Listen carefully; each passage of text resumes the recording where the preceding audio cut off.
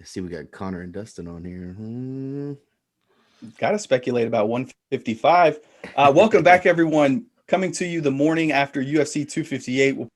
Been a lot of fights that we wanted to come and touch base on since we last talked. So, I mean, I'm going to take it back to January and just dive right in here. We had a long delay between fights, and we came back with a card on the 16th here, headlined by Max Holloway and Calvin Cater, which ended up being a great fight. But before we talk about Yes. that, I want to talk about the co-main event, Carlos Condit versus Matt Brown.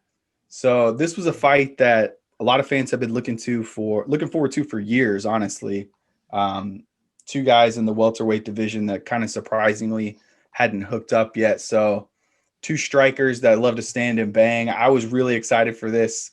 That we saw it before, both of them ended up leaving. Kind of went the way I figured it would go. A lot of stand up. It was actually Matt Brown that initiated the takedowns throughout the fight, but my man Carlos Condit looked good after years of just not quite being able to get back in the win column. Matt, let's start with you, man. Did you get a chance to watch that fight? What do you think? What did you think? I did. It's been a while, and same here. Surprised I hadn't, fought up until now, just because they were kind of in that same ranking or same level of skill. But yeah, it's cool to watch two like living legends go at it. I would say they're both, staples of the UFC, and with Condit being in the game back since WEC, it was fun to watch him kind of come back against a guy we've all been watching for a long time. Yeah, it was a lot of good back and forth. I mean, obviously Condit ended up getting what he needed to get done, and I mean, I don't know. I mean, I'm impressed with the way that both of those guys can fight at that age. I mean, they've got a lot of miles on their bodies, and it was just fun to watch them two mix it up. Carlos Totally. has always been one of those guys that's a personal favorite for me. Just his style. I love watching him fight. I still am a little bit salty about the GSP fight and him not getting the finish there with that head kick, but I won't take us too far into the past with that. But I Right. was worried about him being really on the way out, but he's a lot younger than his fight career shows. I think he's only in his mid 30s, so he's not like rapidly approaching 40 at this point. He's had a lot of Excuse me. time off recently. I mean, he looked great. Um, it was the last fight on his contract, so I'm not sure if they're going to bring him back or not. I would assume they would, just because he's got such a big fan base. And I would love to see Carlos Condit versus Nick Diaz too. Juan, what do you think about that? Oh my God. Yeah. And I mean, Nick Diaz completely, he continues to hint, I mean, you never really know. I feel like with the Diaz brothers, sometimes I think they're just trying to stay relevant, which, I mean, why not? Why would you not do that? But I would absolutely love to see that. I, Nick Diaz has been teasing a return for so long. It's like, man, just go ahead and come on back, buddy. Go ahead and come on back, man. Diaz brothers are always entertaining, to watch. But Nick, I definitely want to see come back. I want to see what he's got. And much like Connor, which I know we'll get into, I want to see if there's that ring rust. And if he's the same Nick as that we once knew. So it'd be interesting to see. But I do hope he comes back. I'd love to see that fight.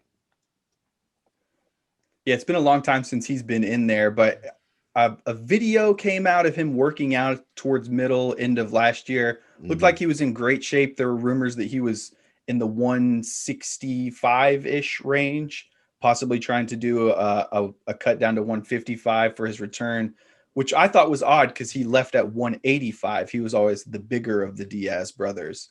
Hmm. So I was a little surprised by that, but I would love to see him come back to someone that's not top 10 in the division, so that if he does have a couple of fights left, that we see him someone like Condit, who's similar caliber. I think he would like that matchup because there's still some bad blood from the first one, and Condit's not the kind of guy that's going to take him down. So I think both Diaz's prefer those stand up fights.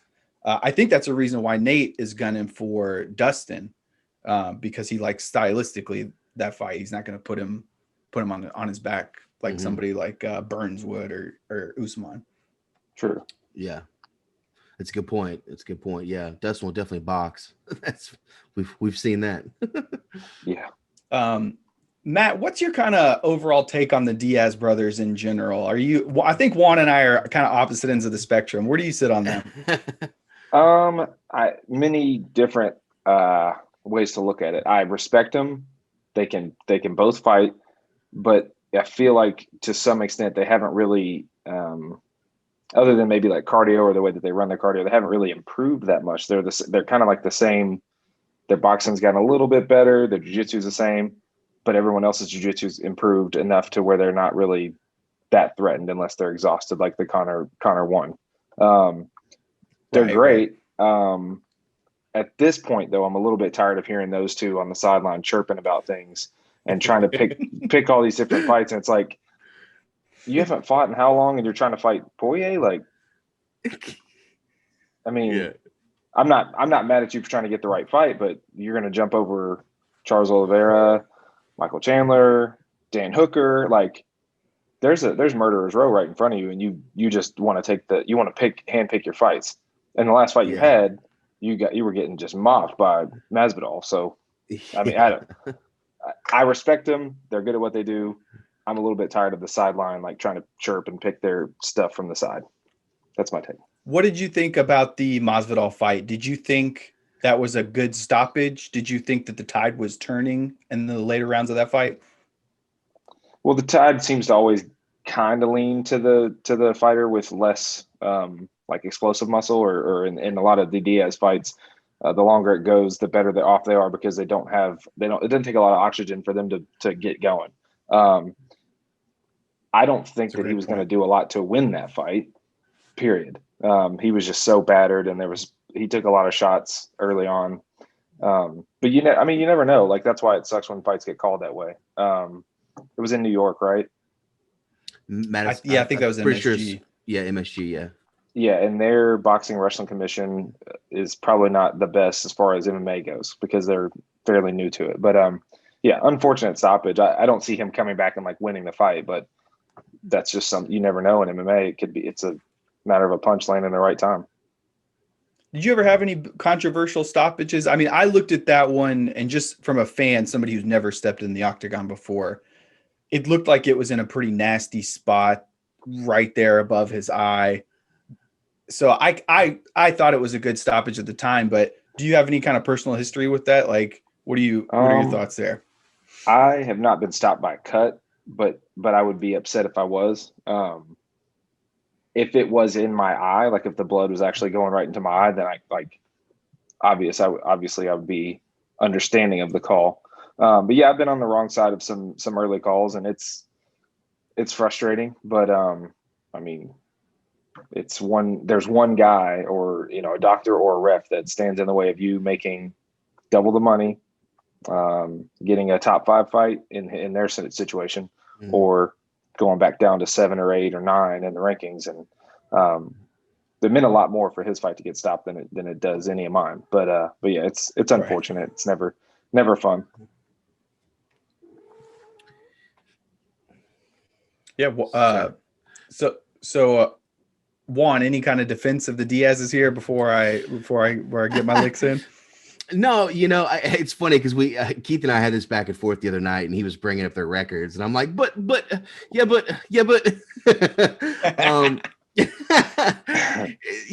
I listen. I just think that they're both hilarious. I think the way that they talk is hilarious. I think that, like, I mean, their upbringings were and just like just the way they are. I mean, it's just fascinating to me, and I think they can both sell a fight. I don't know. I mean, that's I guess is where I'm coming coming from, more of.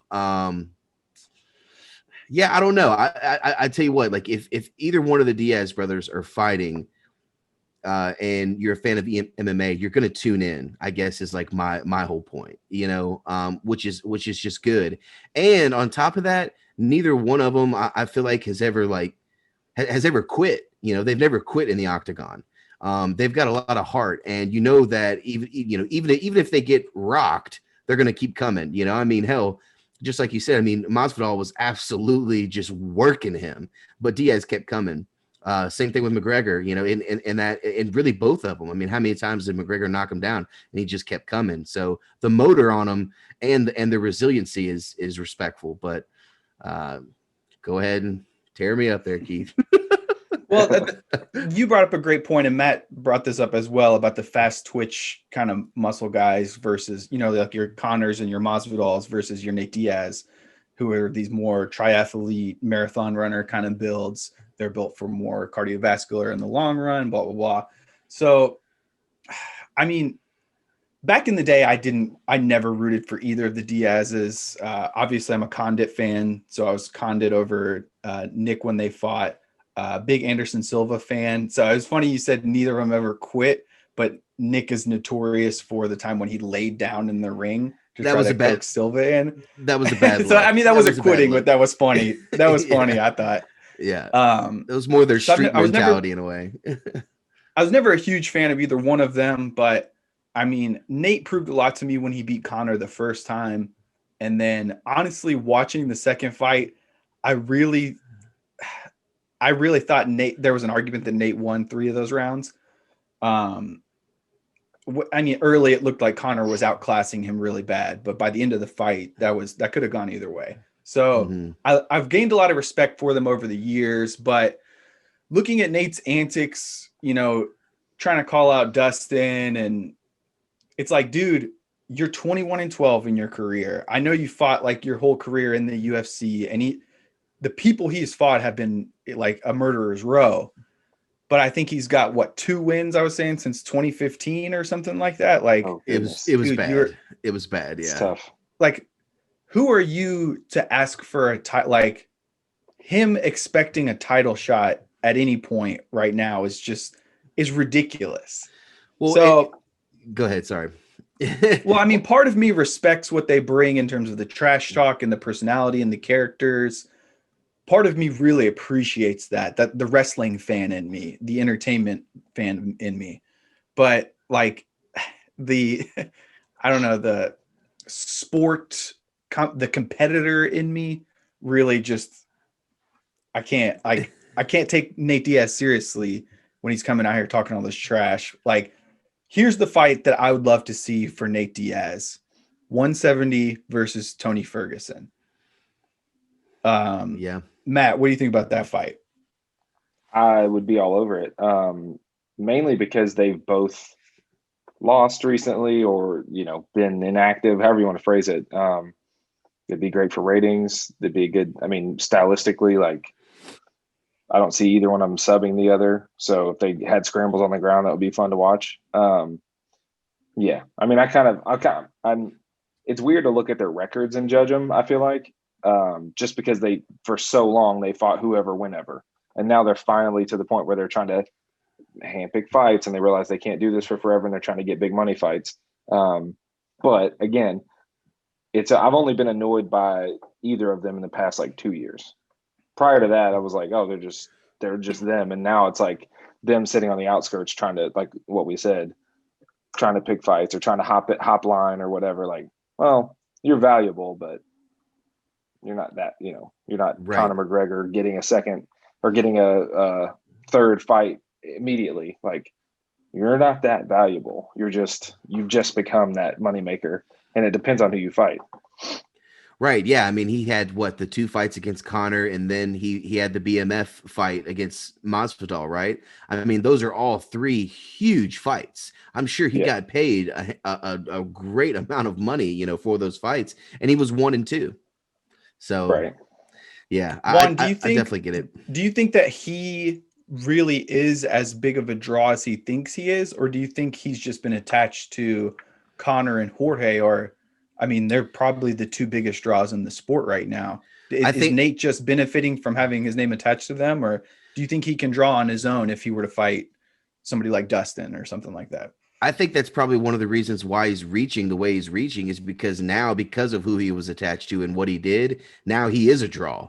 He's a big draw. Before, everyone would always tune in, but he would be, you know, a Wednesday or a Friday fight night. You know, he's not going to be that massive pay-per-view or Saturday fight night, excuse me. You know, so Yeah, that's why I think he's reaching the way he's reaching right now. And also fighters in general are just getting so much. It seems at least that they are getting so much more active and trying to get more involved in their marketing. Whether it be social media or whatever it is. And obviously Connor, definitely changed the game with that. And it's funny because like in the embedded, not to jump ahead, but just like in the embedded recently, the episode where Gilbert Burns is getting fitted for a new suit before the Usman fight, and then as soon as he puts his full suit on, he starts doing the billionaire strut. It's just like it's I noticed like, that too. yeah. I mean, there's absolutely nothing wrong with that. I mean, it's all good and fun, but it's like he set he set that bar. And really just changed it in so many aspects. And I feel like he doesn't necessarily, people say it, yeah, but I feel like he also doesn't get as much credit as he deserves when it comes to that. But yeah, that's what I would say. Real quick before we wrap up on the Diaz thing, I just the reason I like that fight, they're stylistically identical to me. Tony maybe throws a little more crazy strikes like elbows and knees. Nate's probably got a little bit more polished boxing, but I mean, overall, lengthy guys. They're both those slow twitch guys, great off their back, great overall ground game, lengthy guys. Neither one of them is going to blow you away with their power. I think that's a 5-round, just absolute scrap that the fans would really enjoy there. So that's my thoughts on Nate Diaz's next fight here. It looks like the reason I say I think Tony needs to move up to 170. He looks depleted at 155 for me. 155 is also just incredibly cluttered. It's the deepest division in the UFC by far right now. Mm-hmm. It looks like what they're going to do is, since Dustin and Connor are 1-1, they're going to do the rubber match for, I would think, for the strap. They haven't said anything about that, but they're at least signaling that Dustin versus Connor 3 is the fight to make, probably sometime around this summer. If that's the case, Matt, do you think that's the right matchup? Are those the two guys that need to be there? What are your thoughts? You're talking about specifically Connor and Poirier fighting again? Right. Do I think that's... Ask the question again. I want to make sure I understand exactly. Do I think that's the fight that should be happening for the belt? It looks like that's what's the fight that's going to happen. Just in general. For the belt, I think is the question, right? I think both. I mean, do you think that's both. what Dustin should do next? Do you think that they should strip Khabib and attach a belt to that fight? Like, do you think that maybe they do another? I don't think there's any chance they do an interim. I hope it's not for the belt, and I only say that because Connor hasn't been active enough. I mean, is he good enough to win against Poirier? Sure. Is he good enough to win against everybody else in that list of fighters that's going to be up there? Sure. But he hasn't been active enough, and the Charles Oliveira's of the world should be, in an ideal world, in my mind, regardless of a sales or what makes money, Bronx fights somebody for the title. Now, if Poirier doesn't want it, if he wants that Connor trilogy fight just because the money's good and he kind of feels like he has his number now, let Poirier do what he wants. He's already had, he got beat by Khabib. He's had some fights against some of the top guys in the mix. I mean, Hooker's kind of out of the mix, but Gaethje, like, we've seen him fight the who's who, so he knows what that looks like. I hope they don't attach a belt to it, but I'm also I've seen Dana do crazier things. So yeah. Like he did just meet with the Beeb again yesterday, so maybe there's some action on that end. Juan, what are your thoughts on that fight? Does it make sense for those fighters? Does a belt need to be attached? What do you think? Yeah, I mean, it's really all gonna depend. Like you said, Dana just recently had another meeting with Khabib, and it's really gonna depend, I feel like, on what he chooses to do moving forward. We continuously hear he's not gonna hold up the lightweight division. He's not gonna hold it up. It's like, okay, well, it's probably getting close to decision time then here, buddy, because we got a lot of people who want that, who want that shot, most of which you've destroyed. So what do you want? And as far as Poirier and McGregor is concerned, I absolutely think that is the next fight to make. I don't think that it deserves a title shot, but then it's like, okay, well, the UFC is putting themselves in a predicament there because if it's the next fight to make, which I definitely believe it is, and Dana's already said that they both want it, and Conor is as obsessed with the rematch with Poirier as he was with the rematch with Diaz. And I mean, we all know he stayed at 170, for Diaz for that one. That's how obsessed he was. So if we see that Conor, I think Conor has a much better chance coming back, than this last time to actually upset, because it would be an upset of Poirier for sure. But then it's like, okay, well, then what do you do with Poirier? Because he just lost against Conor, who's been inactive, and that's the only person he's fought, and he's 1-1 in the new Conor era, right? Because that old fight doesn't really count now. So it's a very, very difficult situation, because then you've got all these other guys. It's like, man, Poirier just lost. Conor won, but he's still not deserving of the championship, I don't think, if he were to beat Poirier this next fight. So then it's like, okay, well, who does Conor go up against? Oliveira? Well, that's a terrible matchup for Oliveira, or for McGregor, I mean, stylistically. I mean, it's man, a lot of room to debate. Very interesting to see what's going to happen. That's why I would love to be in the room when the matchmakers are making decisions, just to be a fly on the wall, and just to hear how meticulous they have to be, because everything is so well thought out. They have to think of this move and what, the next outcome. So it's interesting. The matchmakers have a tough job, because I feel like they're becoming less and less relevant. And in this era where we have this access on social media to all of the athletes directly, they are becoming a lot more involved in the matchmaking. And you can see that we haven't really talked a lot about Hooker versus Chandler, which went down last month. Going into that fight, I thought Dan Hooker was going to crush him, and Chandler really showed a lot to everyone. So Chandler goes out, and you would think you would want to attach your name to him if you're somebody that's looking for an exciting fight that the fans are going to like, since they are the co-main event on the second biggest pay-per-view in history in the UFC. But the rumor is that Oliveira turned it down because he couldn't make weight in the time frame they gave him or whatnot. I watch a lot of Chael Sonnen. Juan, I love Chael's channel, and Chael is he likes to talk about the business side of things, and he's been he's scrutinized Oliveira a lot, and I think deservingly so. Matt, what do you think about his excuse that he wouldn't have been able to make the weight in time? Do you think he's trying to dodge some of those contenders and just wait for that title fight? Like, what is he looks like he's standing in his own way from my perspective.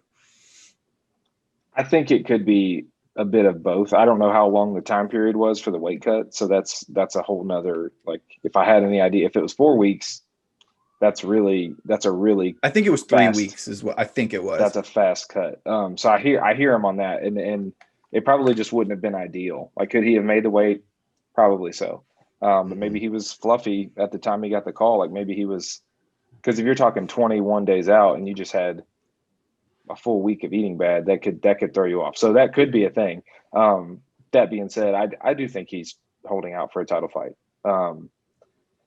It's tough, right? Like, how many times have we seen somebody go on a 5-fight win streak and get a title shot? Several. He's on like 8 right now. Is that right? Yeah. The title fight, I think so. What we're not seeing is the negotiations on the back end of things. Like, how many fights does he have left on his contract? He might only have 2. So if he fights one and loses one, and then he fights another monster and loses another, now you're back to number 6 in the world, 7 in the world. Yeah. You're looking at somebody getting hurt before you can get a title shot and get a lot of money. I think he's holding out. Do I think he's smart? I mean, yeah. I look at it this way. Other than Hooker, Chandler, which those two just fought, so now you're down to Chandler, Khabib, who's out in the floating, or Dustin. Who else would you fight? Gaethje? Right. Well, he just lost. Right. I mean, if you're Oliveira, who would you accept a fight against? Is that what you're saying? that's what I'm saying. Like it's a dangerous path. If it's not for the title, then what the hell am I doing? So you do kind of have to be selective. I like that matchup for Oliveira, but I can understand why he wouldn't want to fight Chandler to start. Chandler has no name, like has a good enough name, but really, up until he knocked Hooker out, nothing to thrust you into that title shot. Right. I get it. I mean, it's two sides, right? Like you can become inactive, or you can take any fight that they give you and you can just be a yes man. And we see how that worked out for Cerrone. Like, how many title shots does that guy have? Right. Right. It's really but he is a yeah. fan favorite, though. Okay. But I mean, that's got to have made him a lot more money throughout his career, right? He's a different animal, though. Like, he's a skydiver, scuba dive. He's got his own brand, like Cowboy does, right? You're talking a different animal. Charles Oliveira doesn't have that. And that's working against him in this whole thing. I think. Yep. I don't think he's done himself any favors, and I think Dustin versus Conor, as many points as I see against that fight happening, especially the fact that a lot of people overlook Conor's only won one fight at 155 in his UFC career. He's 1-2. He's 1-2 now. Yeah. So, from that angle, who he's fought. Well, I know, but giving him a title fight, I'm just saying that illustrates a point against that. But I think you have to make that tight for the fight. I mean, tight for the fight for the title. Dustin's next fight has to be for a belt. I mean, the dude has everybody he's fought in that division. He's other than Khabib, and I think he gave Khabib the biggest danger shot he's had in his title run. In the second round, he kind of clipped him a little bit. I thought that things were about to get interesting in that fight, but that's for another day. But Dustin, I mean, he whooped Justin Gaethje. He beat Hooker. I would love to see him fight Oliveira, but he's just not going to. He's at a point in his career, the belt, I think, means less to him than the money fight against Conor. So from Dustin's perspective, I totally understand why he would accept the Conor fight. And if you're the UFC and you're going to have that fight, you have to put that for the belt, right? Juan, what do you think about that? I don't know. Well, I mean, it's interesting because, Dustin has said that he would be interested in Oliveira, and he definitely feels that that Oliveira is very deserving. And he's been asked that question a few times, and I've heard him comment. He said, "Well, look, who hasn't had a title shot? Who hasn't had that chance? Oliveira. Well, okay, like if he's deserving, let's go ahead and give him that chance." But yeah, at the same and ultimately, obviously, he does want to be champion. But I totally agree. Right now, he's got the hot sauce going. He's got the Good Fight Foundation. I mean, he has other priorities, and I feel like this is just a means to be able to fund his real passions that he knows are going to carry him, throughout the rest of his life. And with the lead up to the way the last fight went with McGregor, I feel like he's going to be a lot more apt and a lot more eager to to hop on that.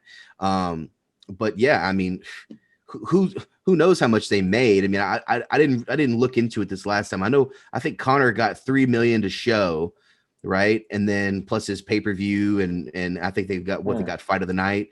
Yeah, I know Conor's getting money. Good Lord. Yeah. So so Poirier made less, right? Even though he won. But anyway, it's tough, man. It's so tough because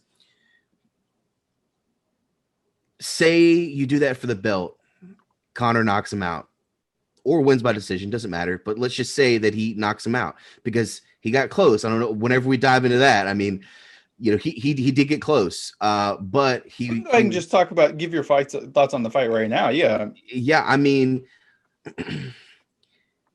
as a big McGregor fan, it was very, very difficult to see him go in there and just look uncomfortable. He looked stiff. He just wasn't like moving very well. But yet he still almost knocked out Poirier after all that time off. And Poirier said it, McGregor said it. Now, the one thing that I don't necessarily agree on, but again, this is just an outside fan perspective. I mean, we don't know. We weren't in there, but McGregor said he felt like he was much stronger than Poirier whenever he had him up against the cage. I don't know, man. I don't know. I mean, that's just what he said. Of course, Poirier is not going to admit that, but McGregor said he felt much stronger than Poirier. I don't know about that. I don't know about That's that. not what I saw. That's not what I saw watching that fight. Exactly. That's not really what I saw either. So it's, who knows? I mean, McGregor just, whatever. But it was interesting to me because it seemed like McGregor had so much respect for Poirier going in that whenever he knew he had him hurt, he didn't want to go in and finish him because he knew that he could get caught. And then ultimately he just got caught. And I just feel like, again, he kind of gassed out. But whenever he had him hurt and Poirier even said, he said, man, he got me there. And the post-fight press conference, he said, if he would have kept on me, it probably would have been lights out. And he didn't. Conor held back, for whatever reason. But that, for me, that's what I'm just thinking, man, like, why are you not attacking him? Maybe it's because you're scared you're going to get rocked, and he's got the power to knock you out now. Maybe not back, way back whenever you guys fought at 145, but now that's a tank you're fighting, buddy. That's a whole different Poirier you're fighting. He's a stud now, and he's a warrior. So, yeah, it was difficult to see him get worked like that, but it was totally believable. And yeah, it was sad to see him go down like that. But also it was a really cool moment for Poirier. Very, very deserving moment for Poirier. And I did feel bad the whole time. I mean, this is anytime you fight in a McGregor fight, you're always going to be overlooked because there's the hype train is so long, with McGregor. But I did feel bad for Poirier because he was just getting abused the media leading up to it. He even said, like, yeah, man, he's like, I wasn't having a good time. I was in the hotel room the whole time, I mean, that is tough. I mean, you're in there, you're quarantining. And he was like, they should call this Hotel Island, because I'm just on the hotel. I can't leave the hotel. Can't do that. A lot of what Dustin was saying post-fight in his initial reaction and talking about, like, I hate doing this and all that stuff. Yeah. I felt that on such a level from just like burning out after years and years of playing football and just not wanting to do it anymore. I totally felt him on that level. But I will say I was super happy to see Dustin win that fight. I've been a big fan of his. It was interesting to see Conor's approach to that fight. Yeah. We kind of saw him in first kind of take this approach against Cowboy, somebody that you can't help but respect. And there wasn't really the trash talk coming off that loss to Khabib. So we saw a different side of Conor there. And then this fight, it was even more so that side. So, I mean, we know he gave, I think it was $500K to Dustin's charity, and, they became good friends, and obviously they respect each other as businessmen. Matt, do you think that might have contributed to the fight a little bit? Do you think Conor needs that bad guy edge a little bit to get over in the fight? What are your thoughts there? Yes. I would point to his social media and his coaches since kind of like hinting at like the bad guys coming back. Right. I think he needs that edge, and maybe it's just a mental thing or whatever. And maybe being a dad has made him more aware of the things he's saying in public or saying about other fighters. Sure. I'm sure it has. But as far as the fight goes, two big things for me: cardio. McGregor's cardio obviously has been talked about among people since, right around the time where he was thinking about going up to 55. I don't know where it went after the Holloway fight, but he fought for 5 rounds and fought for 2 or 3 of them with a bad knee. But his cardio now is suspect. I mean, it's as soon as he gets in a grappling exchange, or as soon as he gets in a tight spot with his back against the cage, it's like his heart rate raises. And I feel like that's just a anatomical thing for him. But then in the kicks, so those calf kicks, it doesn't take 2, 3 with shin guards on to really debilitate you and make it a lot harder to move around. And I don't think he's ever been kicked like that by his training partners. and that showed, and it made him slower and less mobile. And I think the real thing was not just him getting clipped, but already being tired going into round 2, or a little bit tired, and then that leg just not. It didn't have anything. He didn't have any pep in his step. For lack of better words, but right. Yeah, it reminded me a lot of Sean O'Malley's last fight. The way he took that calf kick, and then it was pretty much like he couldn't even really stand on it from that point forward. Yeah, I don't know what it is about that spot. Part. I'm sure there's something in the anatomy that, like, it's just tender. It's a tender spot, and it's not. You can't train it. I'm sure you can, but who the hell? Do you think that the takedown Dustin landed also contributed kind of to him being a little more hesitant going into the second round? Partially, yeah. I mean, yeah, that stuff, it's even if it's not in the forefront, like when you're fighting, it's still a matter of how low do I keep my hands. For example, like the Khabib fight, his hands were really low because he was less worried about striking and more worried about getting underhooks or getting some sort of defense against a takedown. So regardless of whether he was thinking about it every second, it was on the back of his mind, like, oh crap, I can't get taken down again. I don't want him to lay on me for 2 minutes and take all the pep out of my punches. But yeah, I don't know. It was an interesting fight. I mean, like you mentioned, obviously Conor caught him early. Conor still got that same ridiculous power. And do you think there's anything he can do to, if they have a third fight, to change it up, or do you think that's kind of where they are at this point? I'm actually curious to see what he does, because he says he's going to come up with an answer for that calf kick, and even when it's checked, it hurts. It may stop the other guy from throwing it as much, but to check it, you kind of have to stand a different way entirely, not to get too into technical stuff. But he stands with his front foot a little more boxing oriented, and he always has.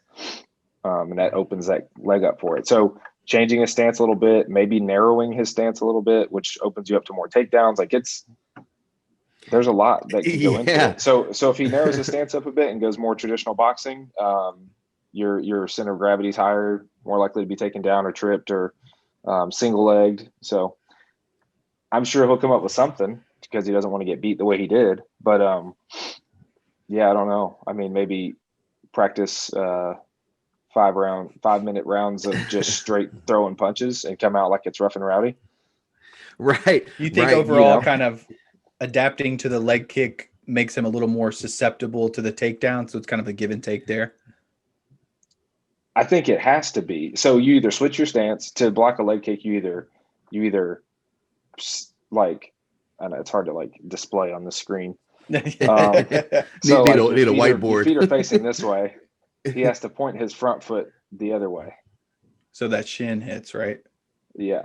So that, and then that mixed with your stance going from wider to smaller, it makes his punches won't be as powerful. He'll be more susceptible to takedowns. Or you can switch your stances. So if you see that calf kick coming, which is really hard to see, you switch your stance before the kick comes, and you'd be in an orthodox stance if you're Conor. But I don't think that's the answer. I just think it's one solution that may work like once or twice throughout a fight. It's exhausting too. Yeah. And I mean, that's one thing that stuck out to me. And I mean, I've seen him say it, and I know he said it recently on social media. And I mean, he just looks so compact and just so tight, more of like a boxer stance this time. And this is the first time we've ever seen that. I mean, he wasn't even that compact when he was fighting Floyd Mayweather in a boxing match, so that was very interesting to me, that he was just trying a whole different style. And that's one thing that attracted me from the very beginning with Conor, is he did have that kind of more of a wider karate, kickboxing base. But the thing is him at 145, he was so energetic and he had so much lateral motion. He was coming in, coming out, coming in, coming out. And then also he would always create so much separation with his kicks. He threw so many kicks back in the day. I'm like, dang, man, like this dude has such a high output of kicks, but he has knockout power. I'm like, dude, this guy's gonna be tough to stop, early on in his career. As I'm watching this, I'm like, man, and also he was always more of a counter puncher. Yeah, he'd be aggressive, but really the Aldo fight, he was just laying back. He knew he was gonna catch him, and that was it. The And Alvarez fight was one of the most yeah. impressive counter puncher performances I've seen. Right. And we didn't see that this time. This time we saw, more of a compact, boxing stance. Like you said, his legs were a little bit more narrow.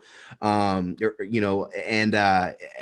man, it's crazy because I agree with everything they say. It's like, what does he do going back? I mean, to me, it's like, man, I want to see that old energetic, that first 2 rounds or first round just come out and you're just attack, pressing him against the cage. You're taking the center of the octagon.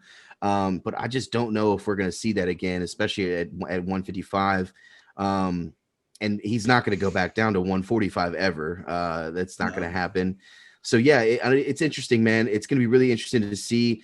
And it's also going to be interesting to see if he comes back, fights Poirier again, and if he takes another loss, man, if 2 in a row, and like Dana said, and like he said, when you've got all that money, Dana made a good point. He's like, look, man, when Conor is hobbling out of here, right, on crutches, but he's hobbling out on a 300-foot yacht in Abu Dhabi, and he's taking that yacht to Dubai and then flying home. Like, come on, right, man. Like, so going back, to your point, Matt, I definitely agree with you. I think he needs to be the bad guy. He needs that killer instinct. I mean, mentally, it always just gives you an edge, even if you're at a disadvantage. I mean, if you think whenever we all played football, if you were ever going up against somebody that you knew maybe had either they were a bigger in size or a little bit more skilled, I know for me personally, I would have to mentally be like, nah, it's not going to happen. Like, I'm going to win this matchup, or I'm going to win this, block, or whatever it may be. You have to really get in that mindset and will yourself to do it.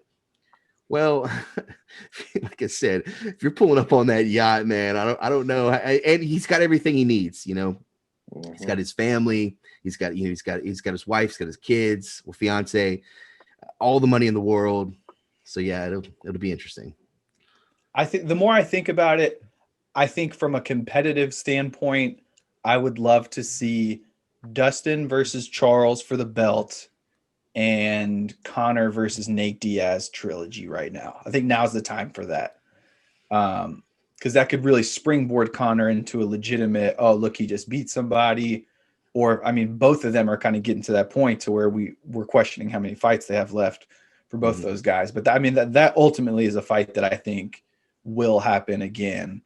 But I don't see Oliveira getting that shot. Obviously, they're trying to do Conor versus Poirier, so what I worry about with Oliveira is that maybe Chandler goes out and fights Gaethje, and then that's a really fun fight, and then Oliveira's behind them for the next shot. So I do think that whether or not it's fair to hold that against him, passing on the Chandler fight could really come back to burn Oliveira in the long run. Because, I mean, that's like we've all said a million times, it's such a deep division. There's still nobody mentions RDA anymore in that division, but he did just move down to 155 again. And I think he took out Kevin Lee in his first fight back down, just manhandled him. So there's a lot more contenders than just those guys that have bubbled up to the top. And a little bit, 6 months of inactivity can be just as bad as a loss in some scenarios. So really curious to see how things play out there. Which fighter? You just mentioned RDA. How about Daryush versus RDA? How about? I love that fight. Yeah, I was gonna say, like, you've only fought once at 155. Like, let's get you one more. Guess who's been on a tear? Like, I wouldn't want to put Daryush and Hooker together because Hooker just lost a really bad. That's a tough comeback fight. You probably want to get him like a. I'd like to see Hooker a lot of people at in the top 7 that are damn good. Yeah. Hooker at 70. I think Hooker matches up really well with some of those guys. And I think this is a good time to kind of talk a little more 170 with Burns and Usman happening last night.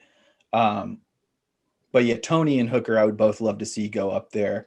Nate's trying to call people to come up to 170. Really hot division right now. let's I talk the don't know title why fight you'd from be in last such a night. hurry. Yeah, To I know. Your consolation prize is one of those two guys that just fought. Yeah. Mm-mm. The Very fair. Nigerian Nightmare. I love that. I Mm-mm. love that nickname. Yeah, so Usman was one of the few guys that I really thought had a legit chance to, or Burns was one of the legit guys that I thought could dethrone Usman there.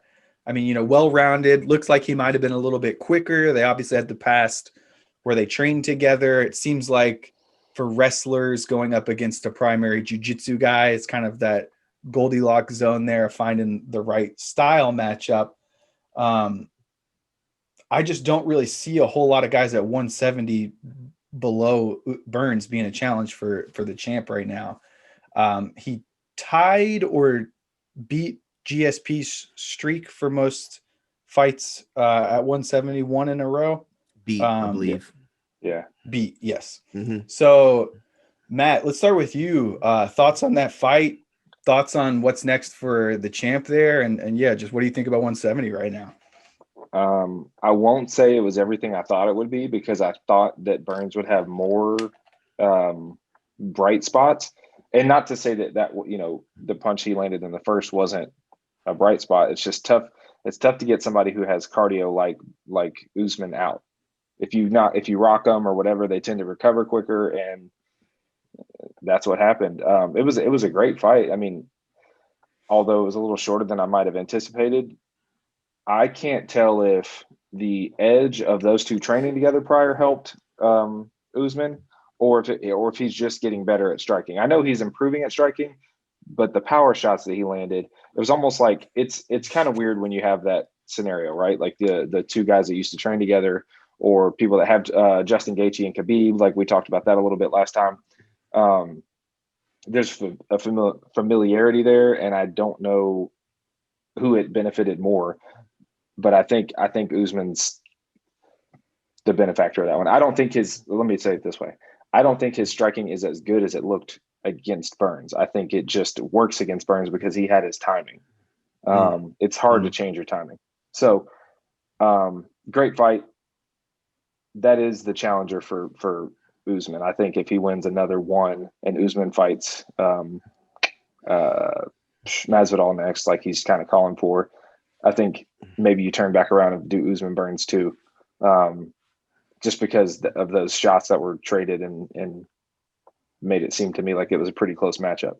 Mm-hmm. That was definitely the hardest strike I've seen him take. Like he looked, I thought for a second, like, oh my, are we about to change hands with the belt here? Right.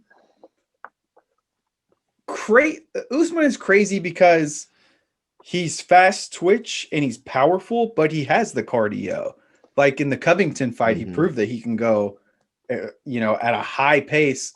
Hardly anybody has a higher pace than Colby Covington, and Usman sat there and traded blows with him for 4.5 rounds. I mean, that was what is it going to take to beat this guy? Do you think, Matt, that it's a striker that's superior to him is going to end up doing it? How do you like Masvidal's chances in the rematch if they go that way? I like Masvidal's chances in the rematch just because of how the first one went with no camp. That being said, that still gives Usman time to prepare for Masvidal in his game. And Usman seems to be at the top of his game, so who knows how that one shakes out. I do think it would shake out a bit better for Masvidal. He might land some more quality punches and not be on the fence the whole time. I don't know. It's tough. I have mixed feelings about Usman. Like he's really good. He's just now coming into his own, so it's hard to discount his earlier wins. It's just that when you do the whole cage fighting for too long, what I mean by that is wall fighting, like just being attached to your opponent.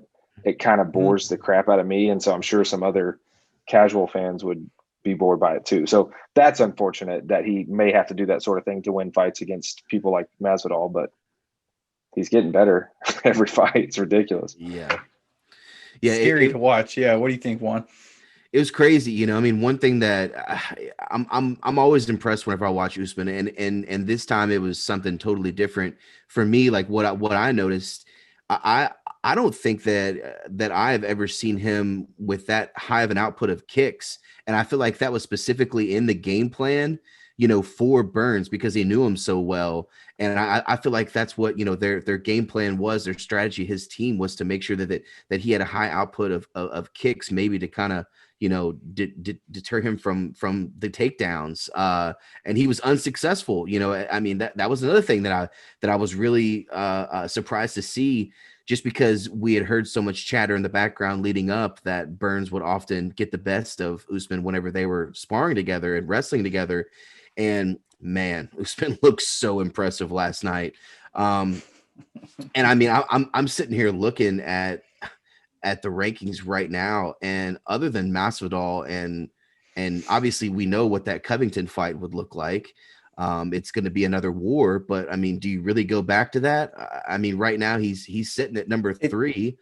It sounds like that's what Dana wants to do. So the future of the division is what it looks like from where I'm sitting is we had Hamzat fall out of the Edwards fight again, so we don't know when he's going to be back. But which Edwards is sketchy to me, by the for way. For somebody, It's super sketchy to we me, don't. by the way. I don't know. Man. I mean, the dude has a problem from COVID, and his lungs are having issues. So to me, it sounds like he's got what Dana made it seem like is he had very bad doctors where he's from, and that they're putting them in touch with the UFC's personal doctors to try to help the situation going forward. My guess is he's trying to overtrain without giving his body enough time to properly recover in the first place.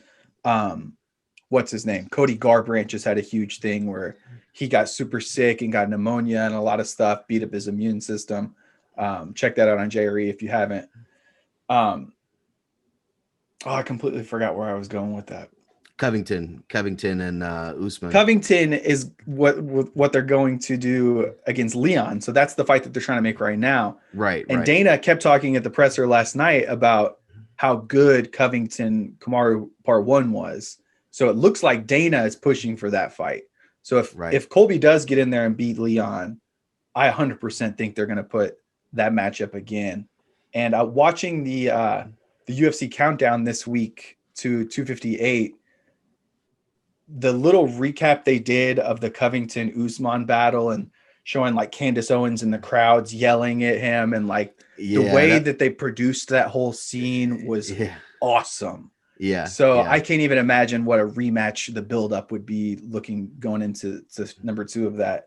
But I might be getting ahead of myself because Leon Edwards is a bad dude. Matt, what do you think of that matchup if they get Colby and Leon in there together? I haven't seen Leon fight in so long. So long. Right. And I'm not just saying that, like, when is the last time he fought? I'm curious. See if I can. That's one thing I have. And then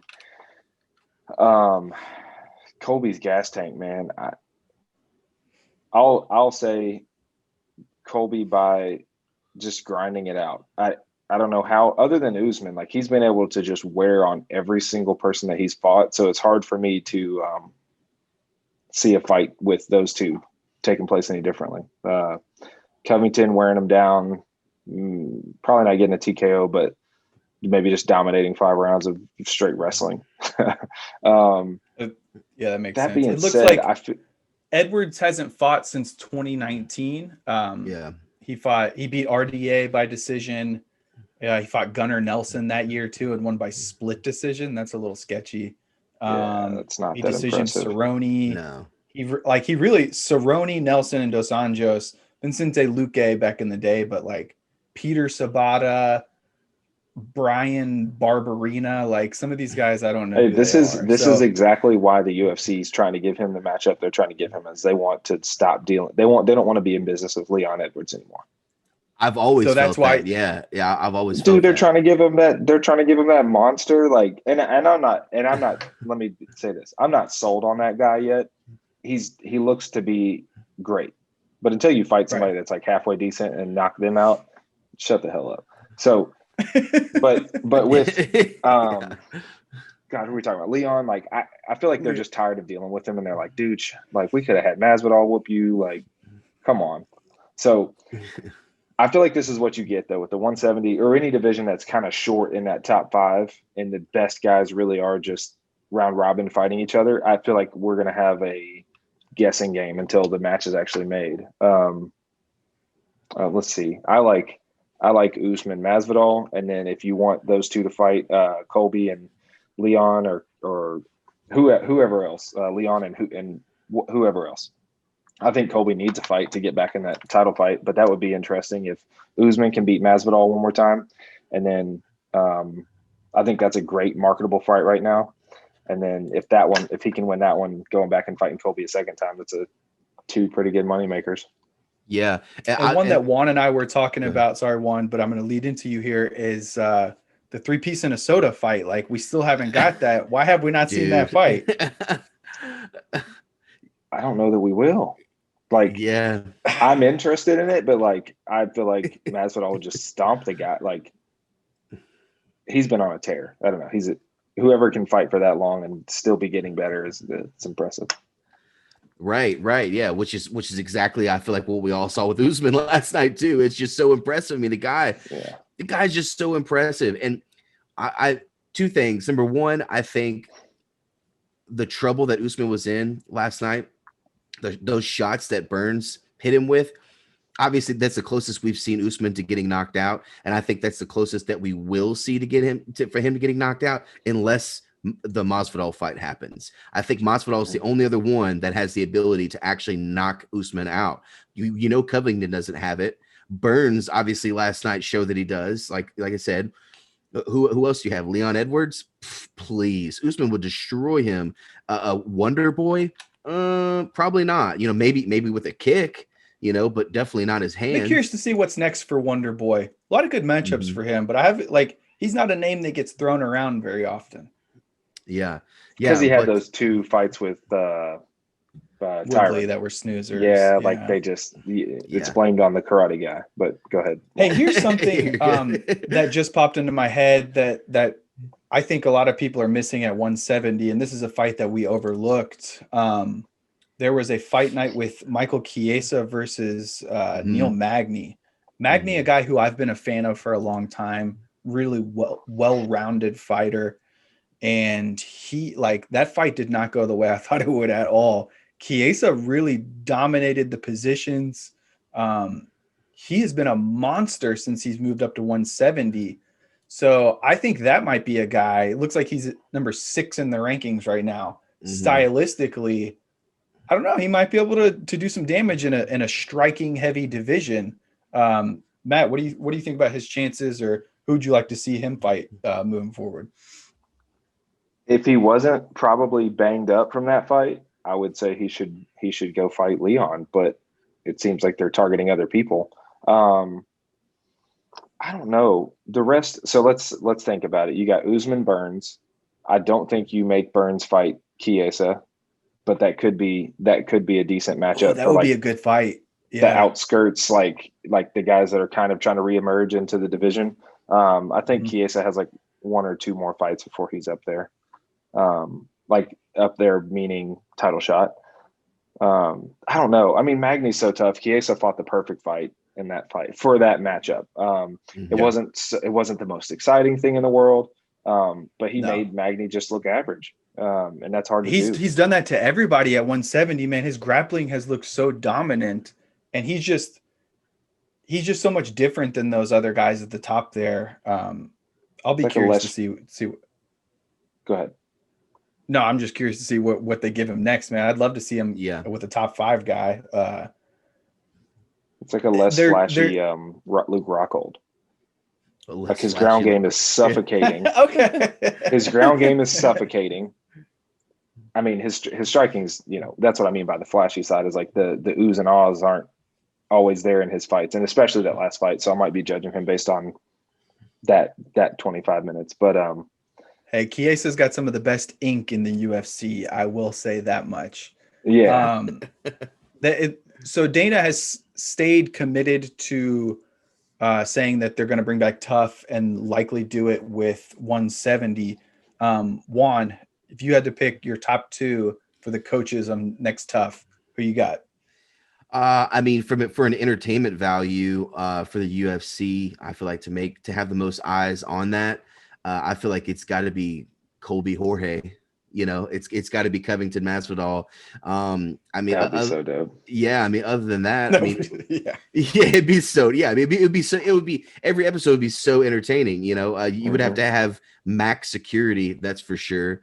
So it'd have to have increased security to make sure, and they'd have to definitely plan around a lot of separation there whenever they're doing Training it. sessions would have to be Totally, yeah. But I mean, other than uh, that, who else would you have there? That would be entertaining and also would make sense. I mean, other than I don't. Does the champ even do the Ultimate Fighter, or is it always just the two challengers? I haven't I think seen it they've in had so champs long. do it. That might actually, I haven't even really considered the champ being one of the coaches, but might be a really good opportunity for him to make himself a little more marketable. Yeah, for sure. That'd be Because interesting. that unfortunately, and I know that in the post fight press conferences and really just leading up to this week, unfortunately with Usman, that's always been the thing, and it's not only been his style of fighting, but he is more of like a just well-spoken, reserved, kind of very slow-paced talker most of the time, which is not very exciting. But yeah, I don't like know. too respectful. Yeah. Well, Yeah. I mean, to me, I just feel like he's just a very like humble, respectful type of guy, and that's not his style to be very flamboyant and stuff. Now, in the post fight, whatever he threw Last out there, night he came out yeah, swinging. last night I was like, Yeah. okay, all right, this is different, When that adrenaline's running, it's a little easier to get up there and say some crazy stuff. right. Yeah. So and it's unfortunate because he's so impressive, and to the casual fan, I feel like he doesn't get as much respect as he deserves, because of that. But yeah, that would be also interesting. I feel like, especially after the call out last night, would be for the coaches would be Masvidal and Usman. But basically, the main ingredient is Masvidal. That Yeah. Right. he's gonna sell. He's gonna sell a lot. That's why I thought for sure that was the fight they were going to make. So that's why I was surprised when Dana mentioned Colby possibly fighting Leon. Being as, Colby and Jorge did train together in the past, it kind of seems like Masvidal, I mean, I don't want to throw this out there, but he might be ducking Colby. Matt, have you heard anything about this? What are your thoughts there? It seems like he doesn't want any part of that fight. I don't know. I mean, what's the most recent thing that Masvidal's actually said? Like, I Well, would base it basically, on that. here's what I know. base that off of. They've clearly trained together and known each other for a long time. The videos that surfaced a few years ago, it looked like Colby would pretty much had his way with him. Coming off of their last fights, it seemed like that was so obvious Masvidal Covington was about to happen, and then it just completely went radio silent. I mean, the past 2 months, I've been waiting for them to announce that fight, and now we get word that Colby's being looked at for something else. So to me, it just seems like something behind the scenes there isn't quite working out there. Yeah, it was Maybe also. Go ahead. Sorry.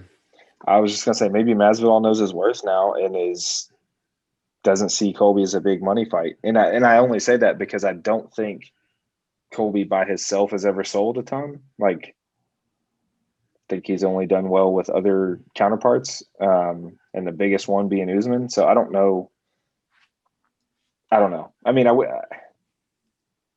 I wish they would fight. I don't know how it would turn out. I mean, obviously Masvidal and Colby know more than we do about who would take down who or who would be in control. I mean, it would be a really tough matchup for Masvidal because he's not a one punch knockout kind of guy. He's more of a pour it on you in the first, pour it on you in the second, and then try to get you out of there somewhere in the second or third. Yeah, That plays directly into Colby's game. Right. I was gonna say, yeah, very, very similar to Colby. Yeah. Right. Yeah. Jeez. Yeah. And Dana White loves Colby. He's on board with whatever Colby wants to do. That's Dana White's boy, man.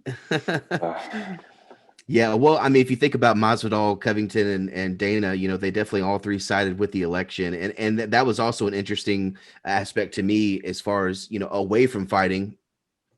All that trash talking was going on, and then, like you said, there's been pretty much radio silence since the election, which I thought was interesting. I thought that may have played a factor, but yeah, I Well, mean, Colby's been out calling for it. Colby hasn't been completely radio silent. He's been on a few MMA shows, and he's called for the Masvidal fight. yeah, But I've heard nothing from Jorge on those fights.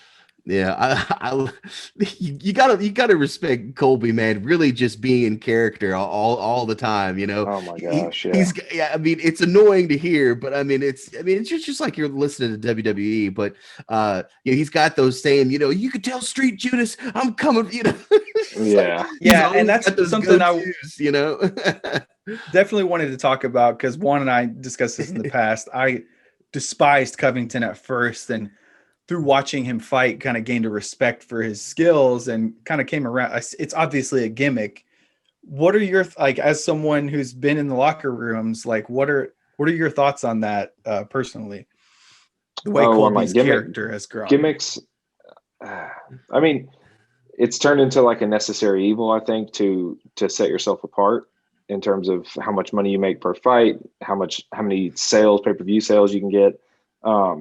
The problem I have with it is it seems not as genuine as like Chael's. So if you're going to go like professional wrestling level call outs, Chandler's was a bit cheesy because it felt rehearsed and practiced. He is cheesy. That's why I didn't like him at first. He's too cheesy for me. Yeah. Yeah. No, he's super. Yeah. He's like respectful and like all that other stuff. And then gets on the mic and while he's got that adrenaline running and he's already fighting in his underwear in front of a bunch of people, it's less frightening to say crazy shit. So right. I like the gimmick game. I love it. Right.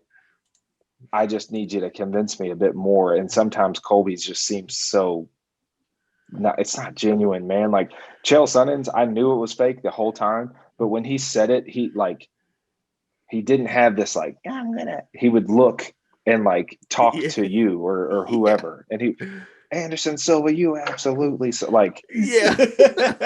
hey, I believe him because he went in there and did what he did for 4.5 rounds.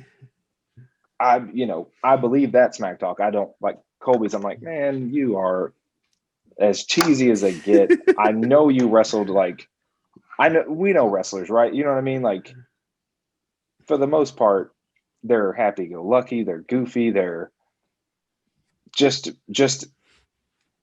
excited people, right? Like they work hard. They got really good mental. They won't break in a tough workout. They're just mentally tough. And then you get the Colbys of the world that you're like, dude, I don't know why it feels less genuine when he does it versus Chael. Even Chandler a bit. I was like, man, all right. You want some big fights. I hear you. Yeah, it definitely sounds a lot. I mean, and I feel like I could picture Colby Covington looking in a mirror practicing what he's gonna say. It's definitely it just feels so rehearsed. Also, random. I don't know if you all caught this or not. I caught it. I obviously, but huge McGregor fan. Usman last night, I don't know if y'all caught this. He said, "And any one of you fools in the division can get it." And I'm like, wait a minute. That's exactly what McGregor, after he won the Cerrone fight, he looks at the crowd and says, any one of you mouthy fools can get it. I just thought it was interesting because that's exactly what Usman said last night. He's like, any one of you fools can get it. It's like, wait a minute, you just took a page out of Connor's book there. But I mean, for a guy like him, well, I mean, for a guy like Usman, come on, let's hear more of that, man. Let's get more eyes on you. That way you get more, of the respect you deserve. But his even seemed more genuine than Colby's. Totally. I don't know. I just was like, okay, he's serious. He's really upset that he's not getting respect. Okay.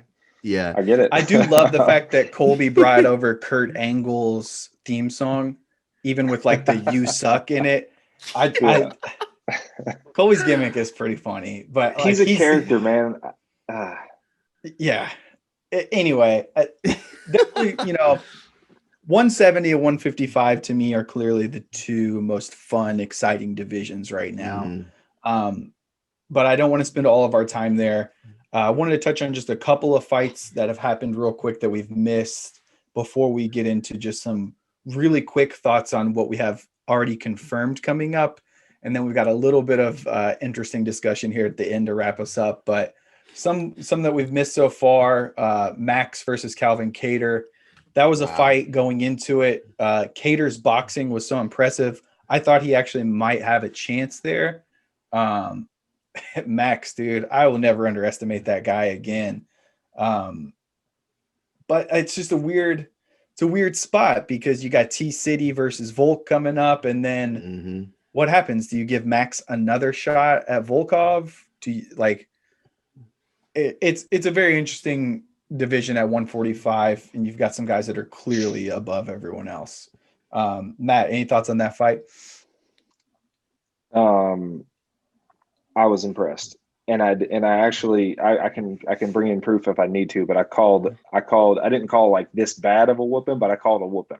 And only because, and it's not because, goodness gracious, I was just literally looking at his name.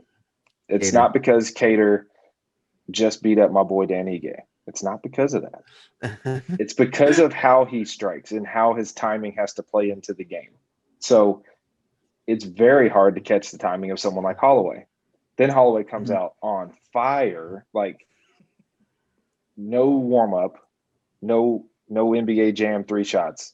He came out and was full throttle, gas pedal the whole time, and it's hard to catch people's timing. So as a timing boxer, as a kind of a counter puncher, like he got hit by Dan Ige plenty of times, but he just had the better timing and the better power in that fight, and it worked out in his favor. You fight Holloway like the same way. Whew, like the only thing that could have changed and this is just my opinion, the only thing that could have changed that fight and the outcome of that fight, if they ever did run it back, would be Kattar coming out and him coming out super aggressive and just trying to land that first big shot. That's like the fight changer. That kind of changes Holloway's confidence. Get him to respect your power quickly. Yeah, like first 5 seconds, 10 seconds of that fight, you got to come out scrapping, or else the pace is getting put on you, and that's what happened. It was ugly. Yeah, that output was insane. I mean, it was what a crazy fight to watch. Such a fun fight, yeah, and such an amazing performance. I mean, geez, I understand why, again, with that adrenaline, I understand why, coming off of that, why he would say he's the best boxer in MMA, because I'm sure after that he 100% felt like it. I mean, God, he was piecing him up. But yeah, very, very fun to watch. He's not the best. No, I don't believe he's up there. He's up there for sure. Matt, who do you think is the best? Are you ready for this? Frankie Edgar. Frankie Edgar. Okay. Okay. And so there's probably a couple of other people in other weight classes that could get that. T City is really, really, really good boxing, but he also got picked apart by the pace, right? Like it's not, you're not just boxing. Like, yeah, there's so much that goes into it. So curious to mention Frankie, dude. He's one of my all-time favorites. His lateral movement. A lot of guys will circle and a lot of guys will come in and out, but very few guys go left to right as good as Frankie does. Not somebody who I would have put in that conversation, but I cannot disagree with you. I love that guy. That's why it was even harder to see him get floored again in that Sandhagen match a couple weeks ago. Sad. Yeah, I really thought he had a chance there too. I think in any other night he would have. Mm-hmm. I really do. I'm not just saying, like, you land a knee like that, and it was perfectly timed, and it was the perfect storm of everything. And Sandhagen might just be on, like this might be his ascension, but I think at any other given night, this is a 3 or 4 round fight at the least. It just, sometimes you get caught. It's a hurt business, man. Yeah. I'd love to see Frankie versus what's his name, the commentator that I can't stand. Come on. Cruz? Dominic Cruz. Dominic Cruz, yes. Yeah. Frankie versus Cruz at 135. That's what my vote's for. I'm into it. So yeah, curious to see Jan versus Sterling and how that plays out. And then does Sandhagen get a title shot? Does TJ Dillashaw jump in there? Do they end up fighting each other and then we do a bracket? No. What? No, I what? like that. No, I like Dillashaw that. doesn't need to be in that talk at all. What are you thinking? Not first fight. No. Like we'll get him in a fight off of the PEDs and then base it off of that. Do you think him and Sandhagen make sense? Potentially. Are they targeting somebody for Dillashaw right now? The rumor is that they're targeting Dillashaw versus Uriah Faber. Yeah. I would love. I love that as a Yeah. comeback fight. And I don't think it would be that lopsided. At least not the first round or two. I think the farther it goes, the more it goes into Dillashaw's favor, because he's not. Who knows how long he was abusing whatever he was abusing, but he's not going to get that bad at fighting. Some of that stuff takes a while to go away. Your timing and your ability to use those PEDs over like a year or two. So I don't know. I don't know who Sandhagen gets next. I think he's right there with the top of the top in the division. So, I mean, if something happens and he gets a title shot, it makes sense to me. This next fight, I don't know. Peter and freaking Aljamain Sterling. Sterling. It's a good matchup. I think Peter's going to win. I got Jan for sure. That dude has just been fighting his butt off. Yeah. He's just better than people. I don't know. Yeah, same. Yeah. He's a scary dude, man. I'm taking him until I see him lose. Yeah. Yep. But another division that's had some shakeups, really good matchup lately is the heavyweight division. Before we talk about what's coming up there, Juan, I know you hated to see that Volkov versus Overeem fight, man. Oh man, I don't mind Volkov at all. I like him, but I just didn't. I'm so for the last final run for Reem. I just wanted to see it so badly. I'm a huge fan of the Reem. I'm a huge fan of him, of his, man. He's been fighting forever, and I don't know. I just felt like watching him. I'm like, man, he is primed and ready for that one final run, and what a story that would be. That would be so cool to see him run all the way to the top, just one last time, man. One last hurrah, and then old Volkov steps in. Mm-hmm. It was sad, man. It was so sad. And I actually missed the fight. I had to go back and watch it, which made it even worse because I didn't even. You went back and watched it? Oh, I told you not to. Bummer, dude. Bummer, man. Just read the recap. I know. Yeah, I'm like, I'm over getting the there was the first. I never go out anymore, right? Ever. It was the one night that I went out, and Keith's sitting there texting me, and I'm like, dude. He's like, yeah, he got destroyed. And I'm like, don't tell me that. I don't want to know the results. I'm staying off social media. Yeah. Blackout. Volkov is definitely somebody I can see being a champ in the future. The other fights that they have booked right now, we've got Curtis Blades and Derek Lewis, and we've got Rosenstruik and Cyril Gahn. So Rosenstruik and Gahn is the most interesting matchup of those to me. Just two guys that are going to come out and swing, but I think they're a little bit more down the ladder.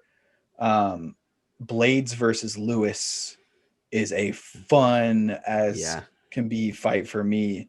Matt, what's your take on that matchup there? What do you think's in store for us? Let's just see if he can stay off his back, he being Lewis.